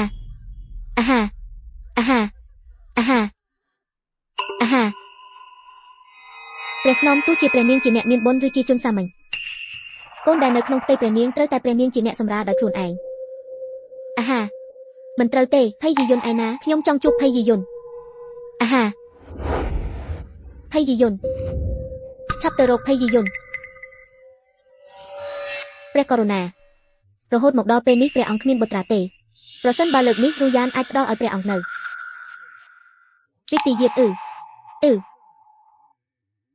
តើអាចប្រទានរង្វាន់ខ្លះដល់ពួកយើងដែរឬទេអាមៀតឲ្យកុំបារម្ភគ្រូសាអ្នកទាំងអស់គ្នាម្នាក់មួយចំណែកមិនបាត់ទេអរព្រះគុណព្រះករុណាមិនស្រួលហើយមានរឿងអីភ្លើងឆេះនៅខាងក្រោយព្រះស្នំយន្តត្រូវបានភ្លើងឆេះខ្លោចហើយឆេះខ្លោចក៏ឆេះខ្លោចទៅមានអីត្រូវភ្ញាក់ផ្អើលមិនឃើញទេថារូបិយកំពុងសម្រាលកូនរត់មកពីចម្ងាយដើម្បីប្រាប់យើងរឿងមនុស្សស្លាប់ម្នាក់អូយកទៅកាត់ក្បាលក្រាបទូលព្រះករុណាទុកជីវិតព្រះករុណាទូបង្គំត្រូវបានគេចោទប្រកាន់អាមៀតព្រះស្នំយន្តក៏ជាកូនស្រីអ្នកដែរថ្ងៃនេះសាកសពនេះគួរចាត់ចែងយ៉ាងម៉េចនិយាយមកទូបង្គំក៏យល់ថាការស្លាប់របស់នាងនៅពេលនេះពិតជាចង្រៃណាស់ទូបង្គំគិតថាក្នុងពេលដែលបន្ទុកខាងត្រូវបានឆេះទៅហើយមិនសូវជាដឹកមួយឆេះទៀតទៅចាត់ទុកថាកំចាត់ឧបទ្រពចង្រៃឲ្យរួយយ៉ានចុះហាឡអាមៀតឲ្យភ័យពិតជាចិត្តដាច់ធ្វើតាមសម្ដីអាមៀតឲ្យភ័យទៅទេវតាជួយសង្ឃឹមថាកូននេះជាកូនប្រុសអាហាឈឺណាស់ញាត់កូនត្រឡប់ចូលទៅវិញទៅខ្ញុំមិនបង្កើតទេព្រះស្នំកំពុងនិយាយពីស្អីហ្នឹងកាលពីចំនួនពួកយើងមិនមានលក្ខខណ្ឌល្អដូចព្រះនាងទេព្រះស្នំខំប្រឹងបន្តិចទៀតប្រឹងឡើងអាហាខ្ញុំបង្កើត40ឆ្នាំហើយមិនដែលមានកូនណាបង្កើតមិនចេញទេបងប្អូនជួយសង្កត់នាងតាក់ទៅអាហាខ្ញុំមិនដឹងទេព្រះស្នំប្រឹងឡើង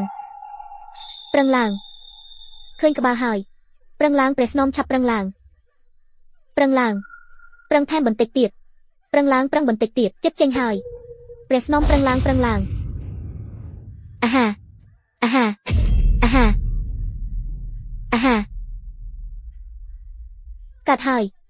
កាត់ហើយព្រះស្នំកូនប្រុសគឺជាកូនប្រុសព្រះស្នំខ្ញុំទៅទូលថ្វាយព្រះករុណាហើយគ្រាខ្ញុំក្រោកឡើងខ្ញុំចង់ចេញទៅមើលឈប់សិនព្រះស្នំរឿងល្អណាស់ព្រះនាងមានកុហកកូនភ្លោះ3នៅក្នុងពោះនៅមាន2នាក់ទៀត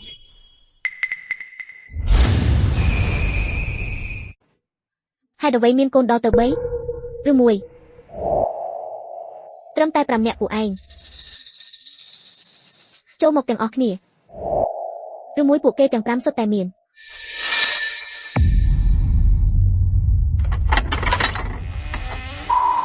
អបអសាទរព្រះករុណាព្រះស្នំមួយពោះបាន3ពិតមែនល្អណាស់ទេវតាមានភ្នែកលែងមានតែមួយចំនួនទៀតហើយ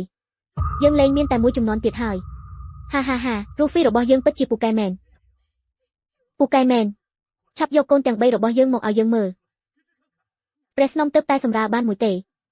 នៅសល់កំពុងសម្រាលយើងចាំលែងបានហើយឆាប់ឡើងមួយយកមកមួយសិនក្រាបទូលព្រះករុណាហាអូយព្រះស្នំប្រឹងឡើង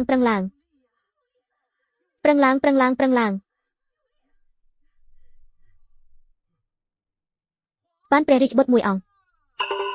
ហាព្រះរាជបុត្រពិតជាព្រះរាជបុត្រមែនបានព្រះរាជបុត្រមួយអង្គអូឲ្យយើងពលមកអីយ៉ាអាហា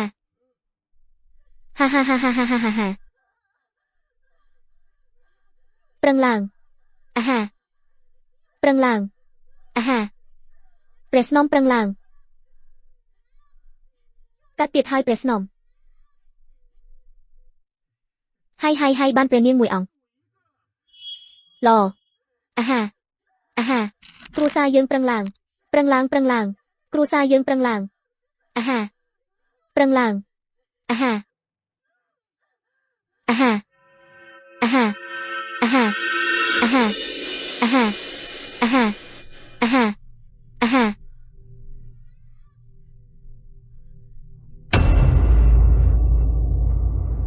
ព្រះនាងមួយអង្គ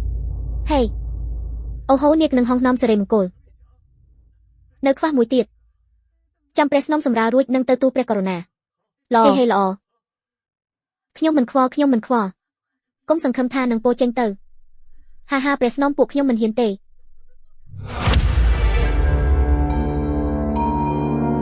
មានអីមិនហ៊ាន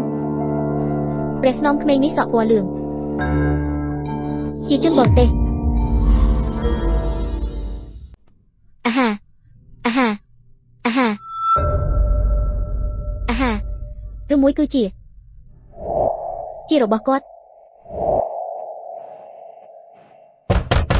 ឯងទាំង3នាក់សម្រាលកូនរួចហើយឬនៅព្រះករុណាកំពុងរងចាំមើល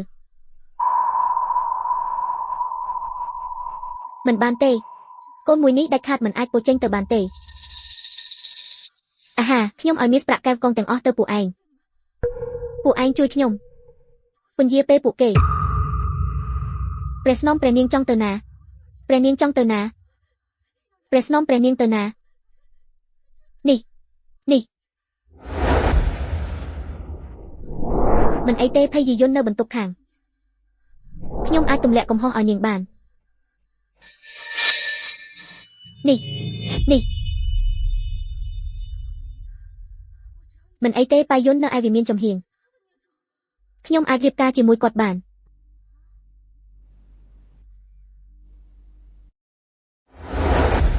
ពូរបស់នាងធំប៉ុណ្ណឹងឲ្យតែខ្ញុំខំថ្មិញនិយាយថាកូននេះគឺជាកូនចង្រៃរបស់គាត់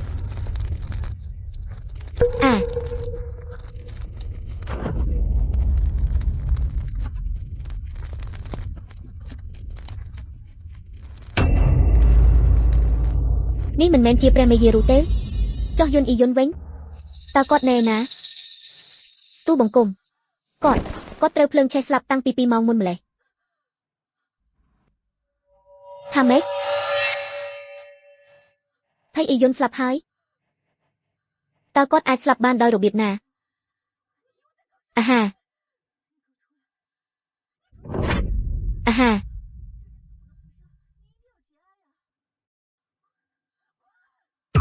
ភ័យអ៊ីយន្តឯងលេងល្បិចស្អីទៀតហើយឯងចេញមកភ្លាមព្រះមេយាមនុស្សស្លាប់មិនអាចរស់វិញទេសូមព្រះមេយាកាត់ចិត្តទៅថយចេញព្រះមេយាទៅតែសម្រាលបុត្ររួចមិនអាចទុកព្រះរាជបុត្រចោលនៅទីនេះបានទេអាហាព្រះមេយាខ្ញុំម្ចាស់សុំតែស្លាប់ខ្ញុំម្ចាស់មិនបានឃើញអ្វីទាំងអស់មិនបានដាច់ខាតមិនត្រូវឲ្យពួកគេដឹងថាយើងបង្កើតកូននេះមកទេមកនេះក្រោកឈរឡើងសិនយើងសួរឯងមានចង់បានអ្វីទេអរព្រះគុណព្រះមេយាខ្ញុំម្ចាស់មិនចង់បានអ្វីទេធ្វើបែបនោះមិននឹងបានយើងអាចឲ្យគ្រួសារឯងមានយស័ក្តិឲ្យតែឯងព្រមទទួលស្គាល់ថាកូននេះជាកូនឯងហើយបីវាលោតចូលទៅក្នុងអណ្ដូងខាងក្រោយនោះទេនេះមិនមែនជាកូនខ្ញុំម្ចាស់ទេខ្ញុំម្ចាស់មិនចង់ស្លាប់ទេរូហ្វេមេយារូទើបតែសម្រាលកូនរួចមិនក៏រត់ចេញមកក្រៅទៀតហើយព្រះបតាព្រះអង្គយាងមកហើយមិនបាច់លុតជង្គង់ទេក្រោកឡើងទាំងអស់គ្នាយើងនេះជាបុត្រទី3របស់យើងយកមកឲ្យយើងមើលបន្តិចមើលព្រះបតាកូននេះមិនមែនជារបស់ព្រះបតានេះគឺជាបុត្ររបស់ព្រះមេយារូព្រះមេយាទើបតែសម្រាលហើយសុខភាពនៅខ្សោយទុកឲ្យខ្ញុំម្ចាស់បីសិនចុះនាងហ៊ានកុហកស្ដេចឬគ្រាន់តែសួរមួយម៉ាត់ថាកូនជារបស់នរណាមិនក៏ឆ្លោះគ្នាទៅវិញឈប់ឆ្លោះគ្នាបានហើយឈ្មោះណែណាហើយឈ្មោះមកនេះក្រាបទូលព្រះបតាកូនរបស់មេយារូគឺពួកនាងជាអ្នកបង្កើតផ្ទាល់ដៃពួកនាងមើលទៅថាតើនេះជាបុត្រទី3មែនឬទេព្រះបតាមិនអាចទេរូហ្វេកូនរបស់យើងមើលមិនបានឬរូយ៉ានកុំធ្វើរកគ្មានសុជីវធម៌ព្រះបតាមានទឹកព្រះតីស្រឡាញ់កូនទ្រង់ចង់ទតមើលព្រះរាជបុត្ររបស់ទ្រង់ហេតុអ្វីក៏នាងចង់ខត់ទៅវិញចុះធម្មតានាងចូលចិត្តអួតណាស់តើមិនក៏លើកនេះបែរជាលាក់បាំងទៅវិញឬមួយក៏កូននោះអាក្រក់មើលពេកមិនអាចឲ្យគេឃើញបាននិយាយផ្ដេសផ្ដាសបងកូនរបស់បងល្អណាស់អញ្ចឹងបើកឲ្យពួកយើងមើលមកនិយាយយូរហើយនៅមិនព្រមបើកទៀតប្រយ័ត្នថប់ដង្ហើមកូនស្លាប់ទៅ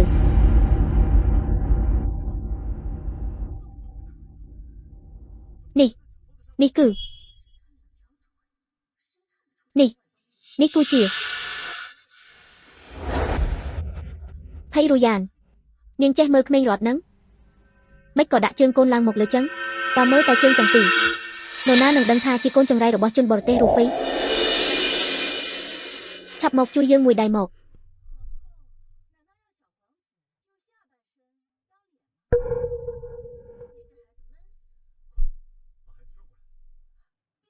អូនស្រីរូហ្វីពិតជាចេះនឹកឃើញមែន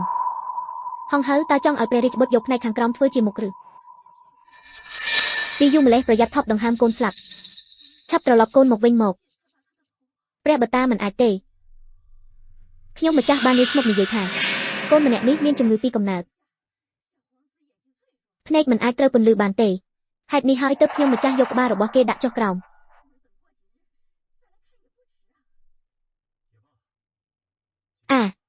មែនហើយព្រះបតាព្រះរាជបុត្រនៅខ្ចីណាស់ពន្លឺនៅទីនេះខ្លាំងពេកមិនល្អសម្រាប់គេទេមែនហើយព្រះបតាទ្រង់ចាំប្រហែលថ្ងៃទៀតចាំមកតបក៏មិនយឺតទេដែរបានហើយលើក៏ត្រឡប់ទៅដំណាក់វិញឈប់សិនពួកឯងមើលនោះមិនមែនជាក្បាលព្រះរាជបុត្រទេ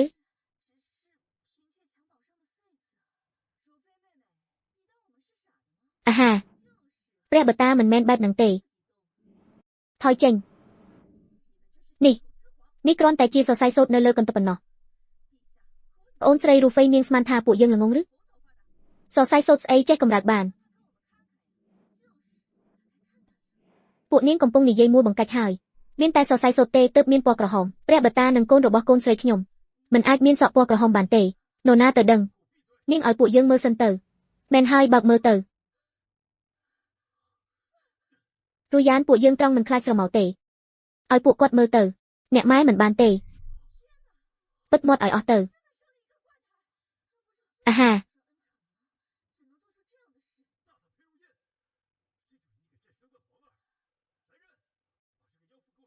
ព្រះអើយ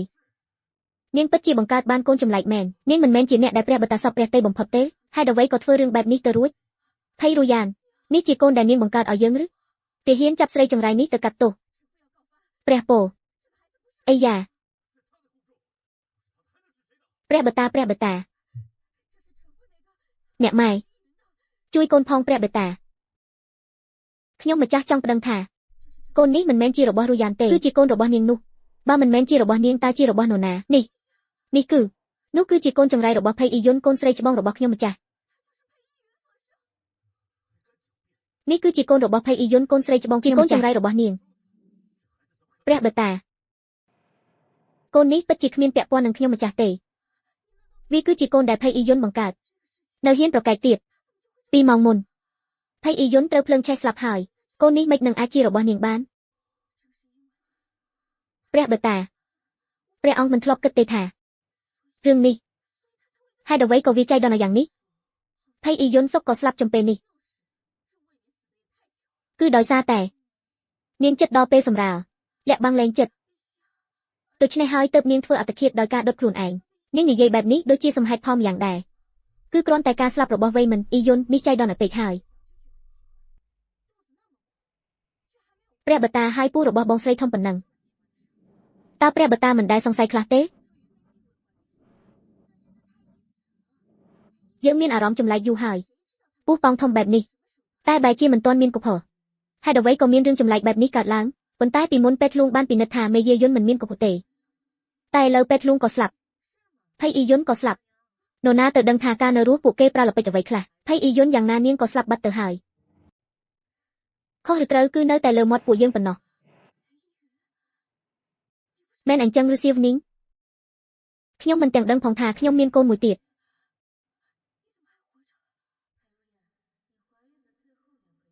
អាហាភ័យអ៊ីយុននាងមិនមែនស្លាប់ហើយទេនាងមិនក៏នាងនៅរស់ភ័យរូយ៉ានរយៈពេល2ខែចុងក្រោយនៃការពុះខ្ញុំបានជីកទម្លុះរូងក្រោមដីរបស់ព្រះរាជវាំងផ្លូវរូងក្រោមដីខ្សែចុងក្រោយ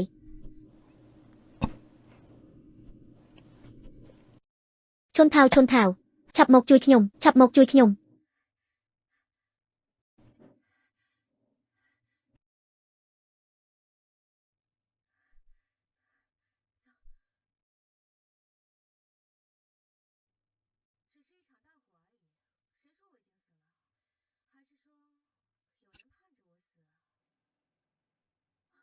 ទៅគ្រាន់តែជាភ្លើងឆេះមួយប៉ុណ្ណោះនរណាថាខ្ញុំស្លាប់ហើយឬមួយក៏មានគេចង់ឲ្យខ្ញុំស្លាប់អាហាភ័យអ៊ីយុននាងមកបានល្អណាស់ ឆាប់និយាយឲ្យច្បាស់មកថាកូននេះជារបស់នរណាឲ្យប្រកាសជារបស់គាត់ហើយអ៊ីយុនឯងឆាប់សារភាពមកព្រះបតាមានព្រះតីមេត្តាប្រហែលជាទុកផ្លូវឲ្យឯងរស់បើឯងនៅតែរឹងរូសទៀតបើមានទោសនឹងត្រូវកាត់សាច់ទាំងរស់ណាមែនហើយព្រះបតាបងស្រីពិតជាពូកែគិតគូរណាស់សុកចិត្តជ្រើសរើសពេលតែខ្ញុំម្ចាស់ចិត្តសម្រាលមកទម្លាក់កំហុសឲ្យខ្ញុំម្ចាស់ព្រះបតាសូមព្រះអង្គពិនិត្យរឿងនេះឲ្យបានច្បាស់ផ្ដល់ភាពស្អាតស្អំដល់ខ្ញុំម្ចាស់វិញផងភ័យរយ៉ាននាងចង់បានភាពស្អាតស្អំមែនទេព្រះបតាខ្ញុំបាននាំមនុស្សប៉ុន្មានអ្នកមកជាមួយអាចបញ្ជាក់ពីភាពស្អាតស្អំរបស់ប្អូនស្រីបានជានរណាប្រកាសជាឪពុកធម៌របស់កូនទាំង3នាងហើយ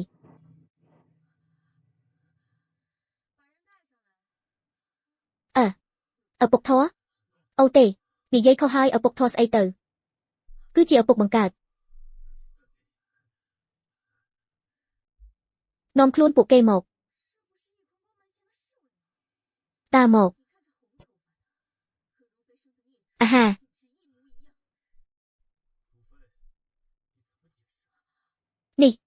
នេះមិនមែនជាទាហានយាមនៅមុខដំណាក់អ៊ីខុនទេមើលសក់ពណ៌ក្រហមនេះទៅដូចគ្នាជាមួយនឹងកូនចង្រៃដែលរូហ្វេបង្កើតតេះបិទរូហ្វេនាងបកស្រាយយ៉ាងម៉េចព្រះបតាខ្ញុំម្ចាស់មិនដឹងទេខ្ញុំម្ចាស់មិនស្គាល់ពួកគេទេព្រះមេយារូថាមិនស្គាល់លោកឪពុកបង្កើតទាំងអស់គ្នាទេពួកឯងគ្មានអ្វីចង់និយាយទេបើនិយាយថាព្រះមេយារូមិនស្គាល់ពួកឯងតែបែរជាមានកូនរបស់ពួកឯងអញ្ចឹងមិនមែនមានន័យថាពួកឯងចាប់បង្ខំព្រះមេយារូទេអាហានេះគឺជាទោសប្រហារជីវិត7ពូជសាសនាអូយព្រះបតាលើកលែងទោសផងគឺព្រះមេយារូជាអ្នកល្បួងពួកយើងមែនហើយព្រះបតាពេលនោះទ្រង់ចេញក្រៅវាំងព្រះមេយាថាទ្រង់មិននៅក៏ហៅពួកយើងប៉ុន្មានអ្នកមកលេងព្រះនាងថែមទាំងថាពួកយើង5នាក់បុកចូលគ្នាខ្លាំងជាងព្រះអង្គទៅទៀតព្រះបតាខ្ញុំម្ចាស់មិនបាននិយាយបែបហ្នឹងទេទ្រង់កុំជឿសម្ដីពួកវាឲ្យសោះពួកវាជាមនុស្សអាក្រក់ដល់ពេលនេះហើយនៅហ៊ានប្រកែកទៀតទាហានចាប់ស្រីមុខក្រាស់ឥតខ្មាស់នេះយកទៅដាក់គុកធំឲ្យយើង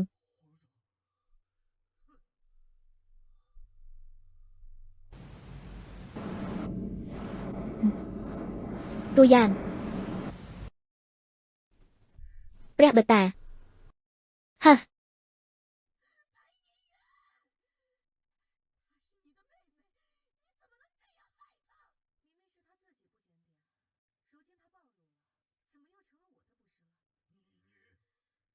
ថៃអ៊ីយុននាងជាប្អូនស្រីរបស់ហែងហើយអ្វីក៏ឯងធ្វើបាបនាងបែបនេះច្បាស់ណាស់ថាជាខ្លួននាងដែលមិនបរិសុទ្ធឥឡូវនាងត្រូវបានគេលាតត្រដាងហើយអ្វីក៏ខ្លាចជាកំហុសខ្ញុំទៅវិញឯងកូនស្រីចង្រៃឯងចង់បំផ្លាញត្រកូលភ័យរបស់ពួកយើងហើយយើងវាឯងឲ្យងាប់ឥឡូវនេះខ្ញុំគឺជាស្នំក្នុងវាំងអ្នកគួរតែហៅខ្លួនឯងថាខ្ញុំម្ចាស់នៅចំពោះមុខខ្ញុំជាជាងមកខឹងនឹងខ្ញុំគួរតែគិតឲ្យល្អទៅវិញទៅថានឹងជួយកូនស្រីអ្នកភ័យរយ៉ានយ៉ាងម៉េច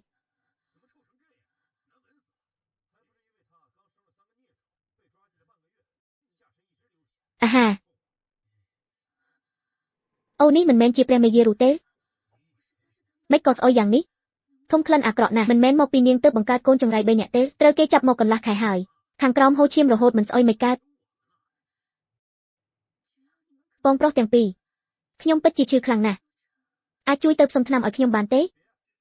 ព្រះមេយារូធម្មតាមិនមែនកាច់ឆ្នាំណាស់ទេថ្ងៃនេះមិនក៏មកអង្វរពួកយើងទៅវិញឲ្យតែពួកបងព្រមជួយខ្ញុំចង់ឲ្យរូយ៉ានធ្វើអ្វីក៏បានដែរកុំអីប្រឡាក់អស់ហើយខ្លួនមនុស្សស្រីមិនដឹងមានជំងឺស្មោកគ្រោកអ្វីខ្លះទេទៅវិញកុំទៅអី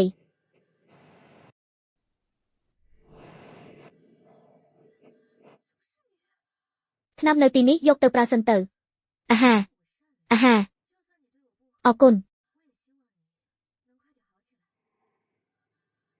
ថៃអ៊ីយុនមិនក៏ជានាងប្អូនស្រីដោយសារតែបងចិត្តល្អទោះបីជានាងធ្វើមិនល្អដាក់បងក៏បងសង្ឃឹមថានាងនឹងឆាប់ជាសះស្បើយដែរតើនាងចង់ធ្វើស្អីប្អូនស្រីនាងពុះ8ខែនៅអាចរួមដំណេកបានឥឡូវទៅសម្រាលកូនរួចក៏គួរតែអាចធ្វើបានដែរអាហាទេគុំជប់ភ្លាមនាងកំពុងធ្វើស្អី ឈប់ភ្លាមនាងកំពុងធ្វើស្អីហ្នឹងអាហាអ្នកម៉ែនាងចង់ធ្វើបាបខ្ញុំនាងចង់សម្លាប់ខ្ញុំភ័យអ៊ីយុនឯងធ្វើបាបរូយ៉ានឯងធ្វើបាបគ្រួសារយើងទាំងមូលឯងនៅមានមុខមកទីនេះធ្វើអីទៀតខ្ញុំធ្វើបាបពួកអ្នកសៀវនាងកាលនោះគឺអ្នកខ្លួនឯងជាអ្នកបង្កើតកម្មឥឡូវខ្ញុំការពារខ្លួនមិនក៏ខ្លាចជាខ្ញុំធ្វើបាបពួកអ្នកទៅវិញ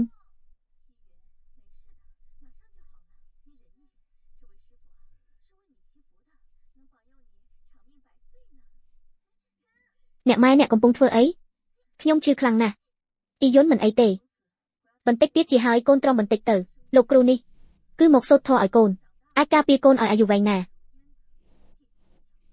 ទៅលេងចុះហេចាប់ពីពេលនេះទៅខ្ញុំត្រូវឲ្យនាងទទួលរងទុក្ខវេទនានៃការសម្រាលកូនជំនួសកូនស្រីខ្ញុំគ្រប់យ៉ាងរងចាំពេលពួកគេធំឡើងនាងអាចធ្វើជាថ្មត្រជើងឲ្យរូយ៉ានប៉ុណ្ណោះសៀវនាងអ្នកយកជោគវាសនារបស់ខ្ញុំទៅចងភ្ជាប់នឹងប្អូនស្រីខ្ញុំមិនសុខចិត្តតាមានកំហុសអ្វីគ្រាន់តែខ្ចីពោះឯងប្រើបន្តិចរូយ៉ានមានកំហុសអ្វីហ៎រាងកាយស្បែកសក់គឺជារបស់ដែលខ្ញុំកើតមកជាមនុស្សមិនគួរលះបង់ចោលបំផុតបើមិនអញ្ចឹងទេតើខុសអ្វីពីសាច់ជ្រូកដែលគេលក់នៅផ្សារនេះជារឿងដែលឯងគួរធ្វើតាំងពីដើមបើឯងគិតអញ្ចឹងឯងសំតែនៅក្រោមបាតជើងពួកយើងហើយហេតុអ្វីពេលអ្នកធ្វើបាបអ្នកដទៃអ្នកអាចមានហេតុផលត្រឹមត្រូវតែពេលអ្នកដទៃធ្វើបាបអ្នកវិញអ្នកមិនអាចទទួលយកបានប្អូនស្រីព្រះបតាមានរាជបញ្ជាពេលថ្ងៃទៀតនាងនឹងត្រូវកាត់ក្បាលនៅខ្លោងទ្វារវាំងជាតិនេះធ្វើជានាងជាតិក្រោយចាំកសាងបុណ្យទៀតចុះ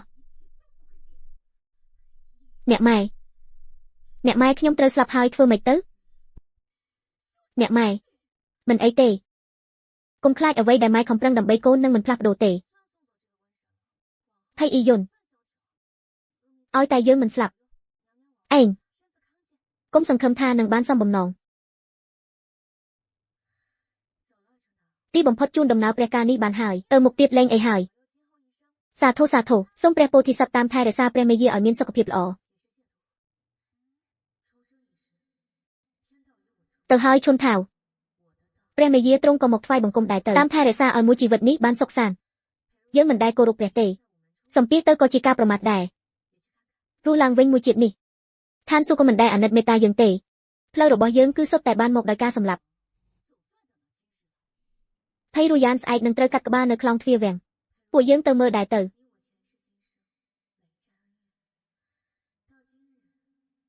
ឃើញនាងក្អេងក្អាងរាល់ថ្ងៃ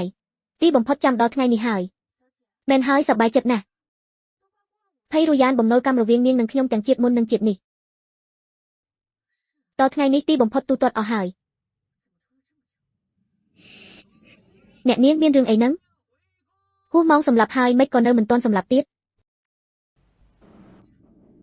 មែនហើយប្រព្រឹត្តទោសធ្ងន់ធ្ងរបែបនេះហេតុអ្វីក៏ពន្យាពេលយូរម្លេះសូមស្វាគមន៍ព្រះមេយាឯកគ្រូយាងត្រឡប់មកដំណាក់វិញ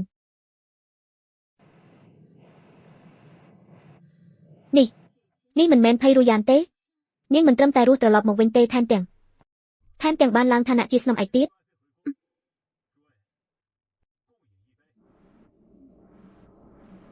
បងស្រីមិនបានជួបគ្នាយូរហើយ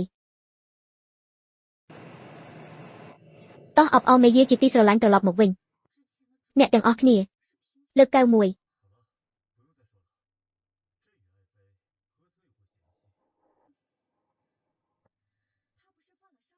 ព្រះបតារឿងពីមុនគឺជាកំហុសរបស់ខ្ញុំម្ចាស់បានហើយមិនបាច់និយាយទៀតទេយើងនឹងមេយាជាទីស្រឡាញ់មិនដែលមានការថ្នាំងថ្នាក់នឹងគ្នាទេនាងមិនមែនមានទោសប្រហារជីវិតទេមែនហើយនាងកញ្ជ្រងនេះប្រើល្បិចអ្វីទៀតហើយមែនហើយនិយាយត្រូវកូនម្នាក់នោះខ្ញុំមើលថាលោកស្រីភ័យដើម្បីជួយនាងបានរកគ្រូទាយព្យាបាលជំងឺមិនឡើងរបស់ព្រះបតាជាសះស្បើយហើយថែមទាំងថ្វាយកាដូដ៏ធំមួយទៅព្រះបតាទៀតផងកាដូធំអ្វីទៅដែលអាចលុបលាងច្បាប់ប្រទេសបានបងប្អូនទាំងអស់គ្នាការដែលខ្ញុំត្រឡប់មកវិញលើកនេះគ្មានបំណងដណ្ដើមជាមួយអ្នកទាំងអស់គ្នាទេគឺចង់រួមគ្នាជាមួយអ្នកទាំងអស់គ្នាជួយបង្កើតពូជពង្សឲ្យព្រះបតាពង្រីកខ្សែស្រឡាយយើងដឹងថាពួកនាងជាស្ត្រីការកើតកូនគឺជាការឈឺចាប់បំផុតដូច្នេះទើបខិតខំស្វែងរកវិធីសាស្ត្រសម្ងាត់មួយដែលអាចជួយឲ្យពួកនាងឆាប់មានកុហកហើយថែមទាំងមិនបាច់ឈឺចាប់ពេលមានកុហកទៀតលើโลกនេះមានវិធីសម្ងាត់បែបនេះដែរយើងបម្រើព្រះអង្គជាច្រើនឆ្នាំហើយមិនដែលឮសោះមែនហើយបើមានរឿងល្អបែបនេះមែនខ្ញុំមួយពោះអាចបង្កើតព្រះរាជបុត្រ3អង្គជូនព្រះអង្គបានហើយអ្វីដែលនាងនិយាយនេះ តើឈ្មោះរបស់វិធីសម្ងាត់នេះគឺខ្ចីពូបង្កើតកូនមែនទេនាងដើម្បីរស់រានមានជីវិតសុខចិត្តរួមដៃជាមួយសៀវនាងប្រគល់អាចកំបាំងនេះចេញទៅយើងប្រកាសថាចាប់ពីថ្ងៃនេះទៅយើងនឹងរួមដំណេកជាមួយស្ត្រី30នាក់ក្នុងមួយយប់ក្នុងវាំងឲ្យតែមានកុផើនិងផ្ដល់អ្នកបម្រើដែលមានពោះភ័យរយ៉ានអ្នកនាងទៅណាអ្នកនាងសំណាងបានវិធីសម្ងាត់របស់បងស្រីគុយហ្វៃពូរបស់ខ្ញុំនេះឥឡូវគឺគ្មានអារម្មណ៍ឈឺចាប់អីសោះមានតែស្រីបម្រើថោកទាបរបស់ខ្ញុំទេរាល់យប់យំស្រែកឡូឡាធ្វើឲ្យគេឈឺក្បាលខ្ញុំប្រាប់ឯងការខ្ចីពូបង្កើតកូននេះសំខាន់បំផុតគឺត្រូវចងវាទុកដូចជាឆ្កែនៅក្បែរខ្លួនគ្រប់ពេលភ័យរយ៉ានដែលយាទ្រង់មិនអាចចូលទៅបានទេភ័យរយ៉ានដោះមន្តអាគមរបស់នាងចេញភ្លាមប្អូនស្រីយុនហ្វីមកចេះដឹងរឿងគេទៀតហើយបងស្រីបើមិនដោះតើថ្ងៃនេះបងចង់សម្លាប់ខ្ញុំឬភ័យរយ៉ាននាងនិងខ្ញុំសុទ្ធតែជាស្រីហើយមានឋានៈខ្ពង់ខ្ពស់ហេតុអ្វីក៏ទៅធ្វើបាបស្ត្រីផ្សេងទៀតធ្វើបាបនាងច្បាស់ទេថាជាខ្ញុំធ្វើបាបពួកគេគឺខ្ញុំម្ចាស់ស្ម័គ្រចិត្តបម្រើព្រះមេយាប្អូនប្រុសខ្ញុំម្ចាស់ត្រូវចូលរៀនគឺព្រះមេយាចិត្តល្អឲ្យតែខ្ញុំម្ចាស់ឲ្យព្រះមេយាខ្ចីពោះប្រើព្រះមេយានឹងប្រទានប្រាក់យ៉ាងច្រើនដល់ខ្ញុំម្ចាស់បងស្រីល្អឃើញទេនេះគឺជាការដោះដូរដ៏យុត្តិធម៌មួយពោះរបស់មនុស្សស្រីមិននឹងអាចជាការដោះដូរបានហេតុអ្វីមិនអាចយ៉ាងម៉េចឬមួយនាងអាចឲ្យបាយគេស៊ីឬមួយក៏នាងអាចបញ្ជូនប្អូនប្រុសគេទៅសាលារៀនបងស្រីល្ងងសាច់មនុស្សសាច់ជ្រូកគ្មានអ្វីខុសគ្នាទេគ្មានអ្វីដែលមិនអាចដោះដូរបានទេមិនគ្រាន់សម្រាប់នាងម្នាក់មិនគ្រាន់ទេបងស្រីរឿងរ៉ាវពីមុនពួកយើងទូទាត់ចោលទាំងអស់បានទេមិនស៊ូមកជាមួយខ្ញុំបង្កើតពូជពងថ្វាយព្រះបតា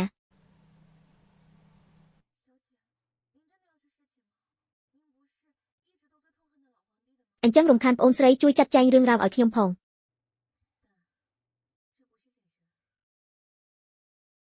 អ្នកនាងពិតជាទៅបំរើស្ដេចមែនឬអ្នកនាងមិនមែនស្អប់ស្ដេចចាស់នោះបំផុតទេខ្ញុំត្រូវតែទៅប៉ុន្តែនេះមិនមែនជាការប្រកូលខ្លួនទេឈុនថាវនេះគឺជាផែនទីរួមក្រោមដីតែពួកយើងបានជិះក្នុងមួយឆ្នាំនេះខ្ញុំបានចម្លងទុក300ច្បាប់អ្នកនាងចង់ឈុនថាវដល់ពេលនោះឯងចាំខ្ញុំនៅខាងក្រៅ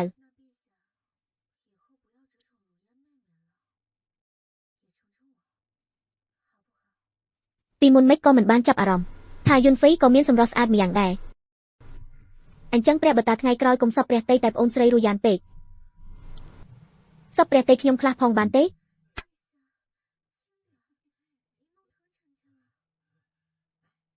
បានហឹម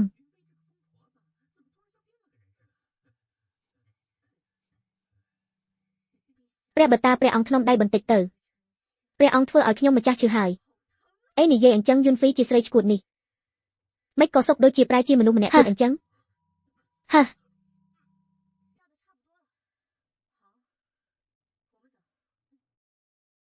អ្នកនាងធ្វើតាមបញ្ជារបស់អ្នកនាងរឿងរ៉ាវចាត់ចែងរួចរាល់ខ្ញុំបានឲ្យផែនទីទៅពួកគេហើយពួកយើងយកធុងរំសេវទៅដាក់នៅផ្លូវសំខាន់ក្នុងវាំងឥឡូវក្នុងវាំងផ្ទុះចិត្តអស់ហើយល្អពួកយើងទៅ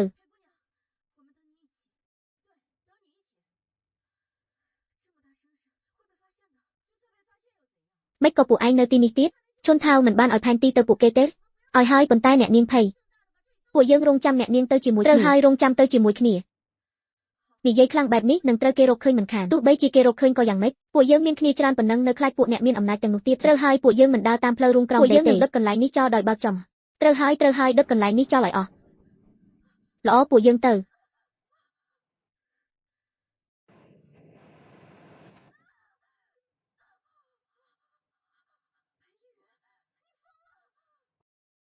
អាហា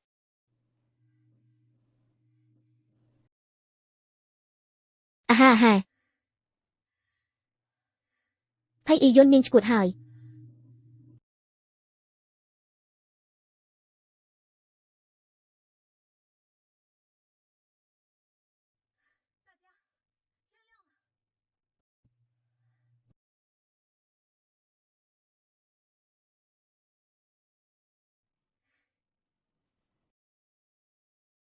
អ្នកទាំងអស់គ្នាភ្លឺហើយ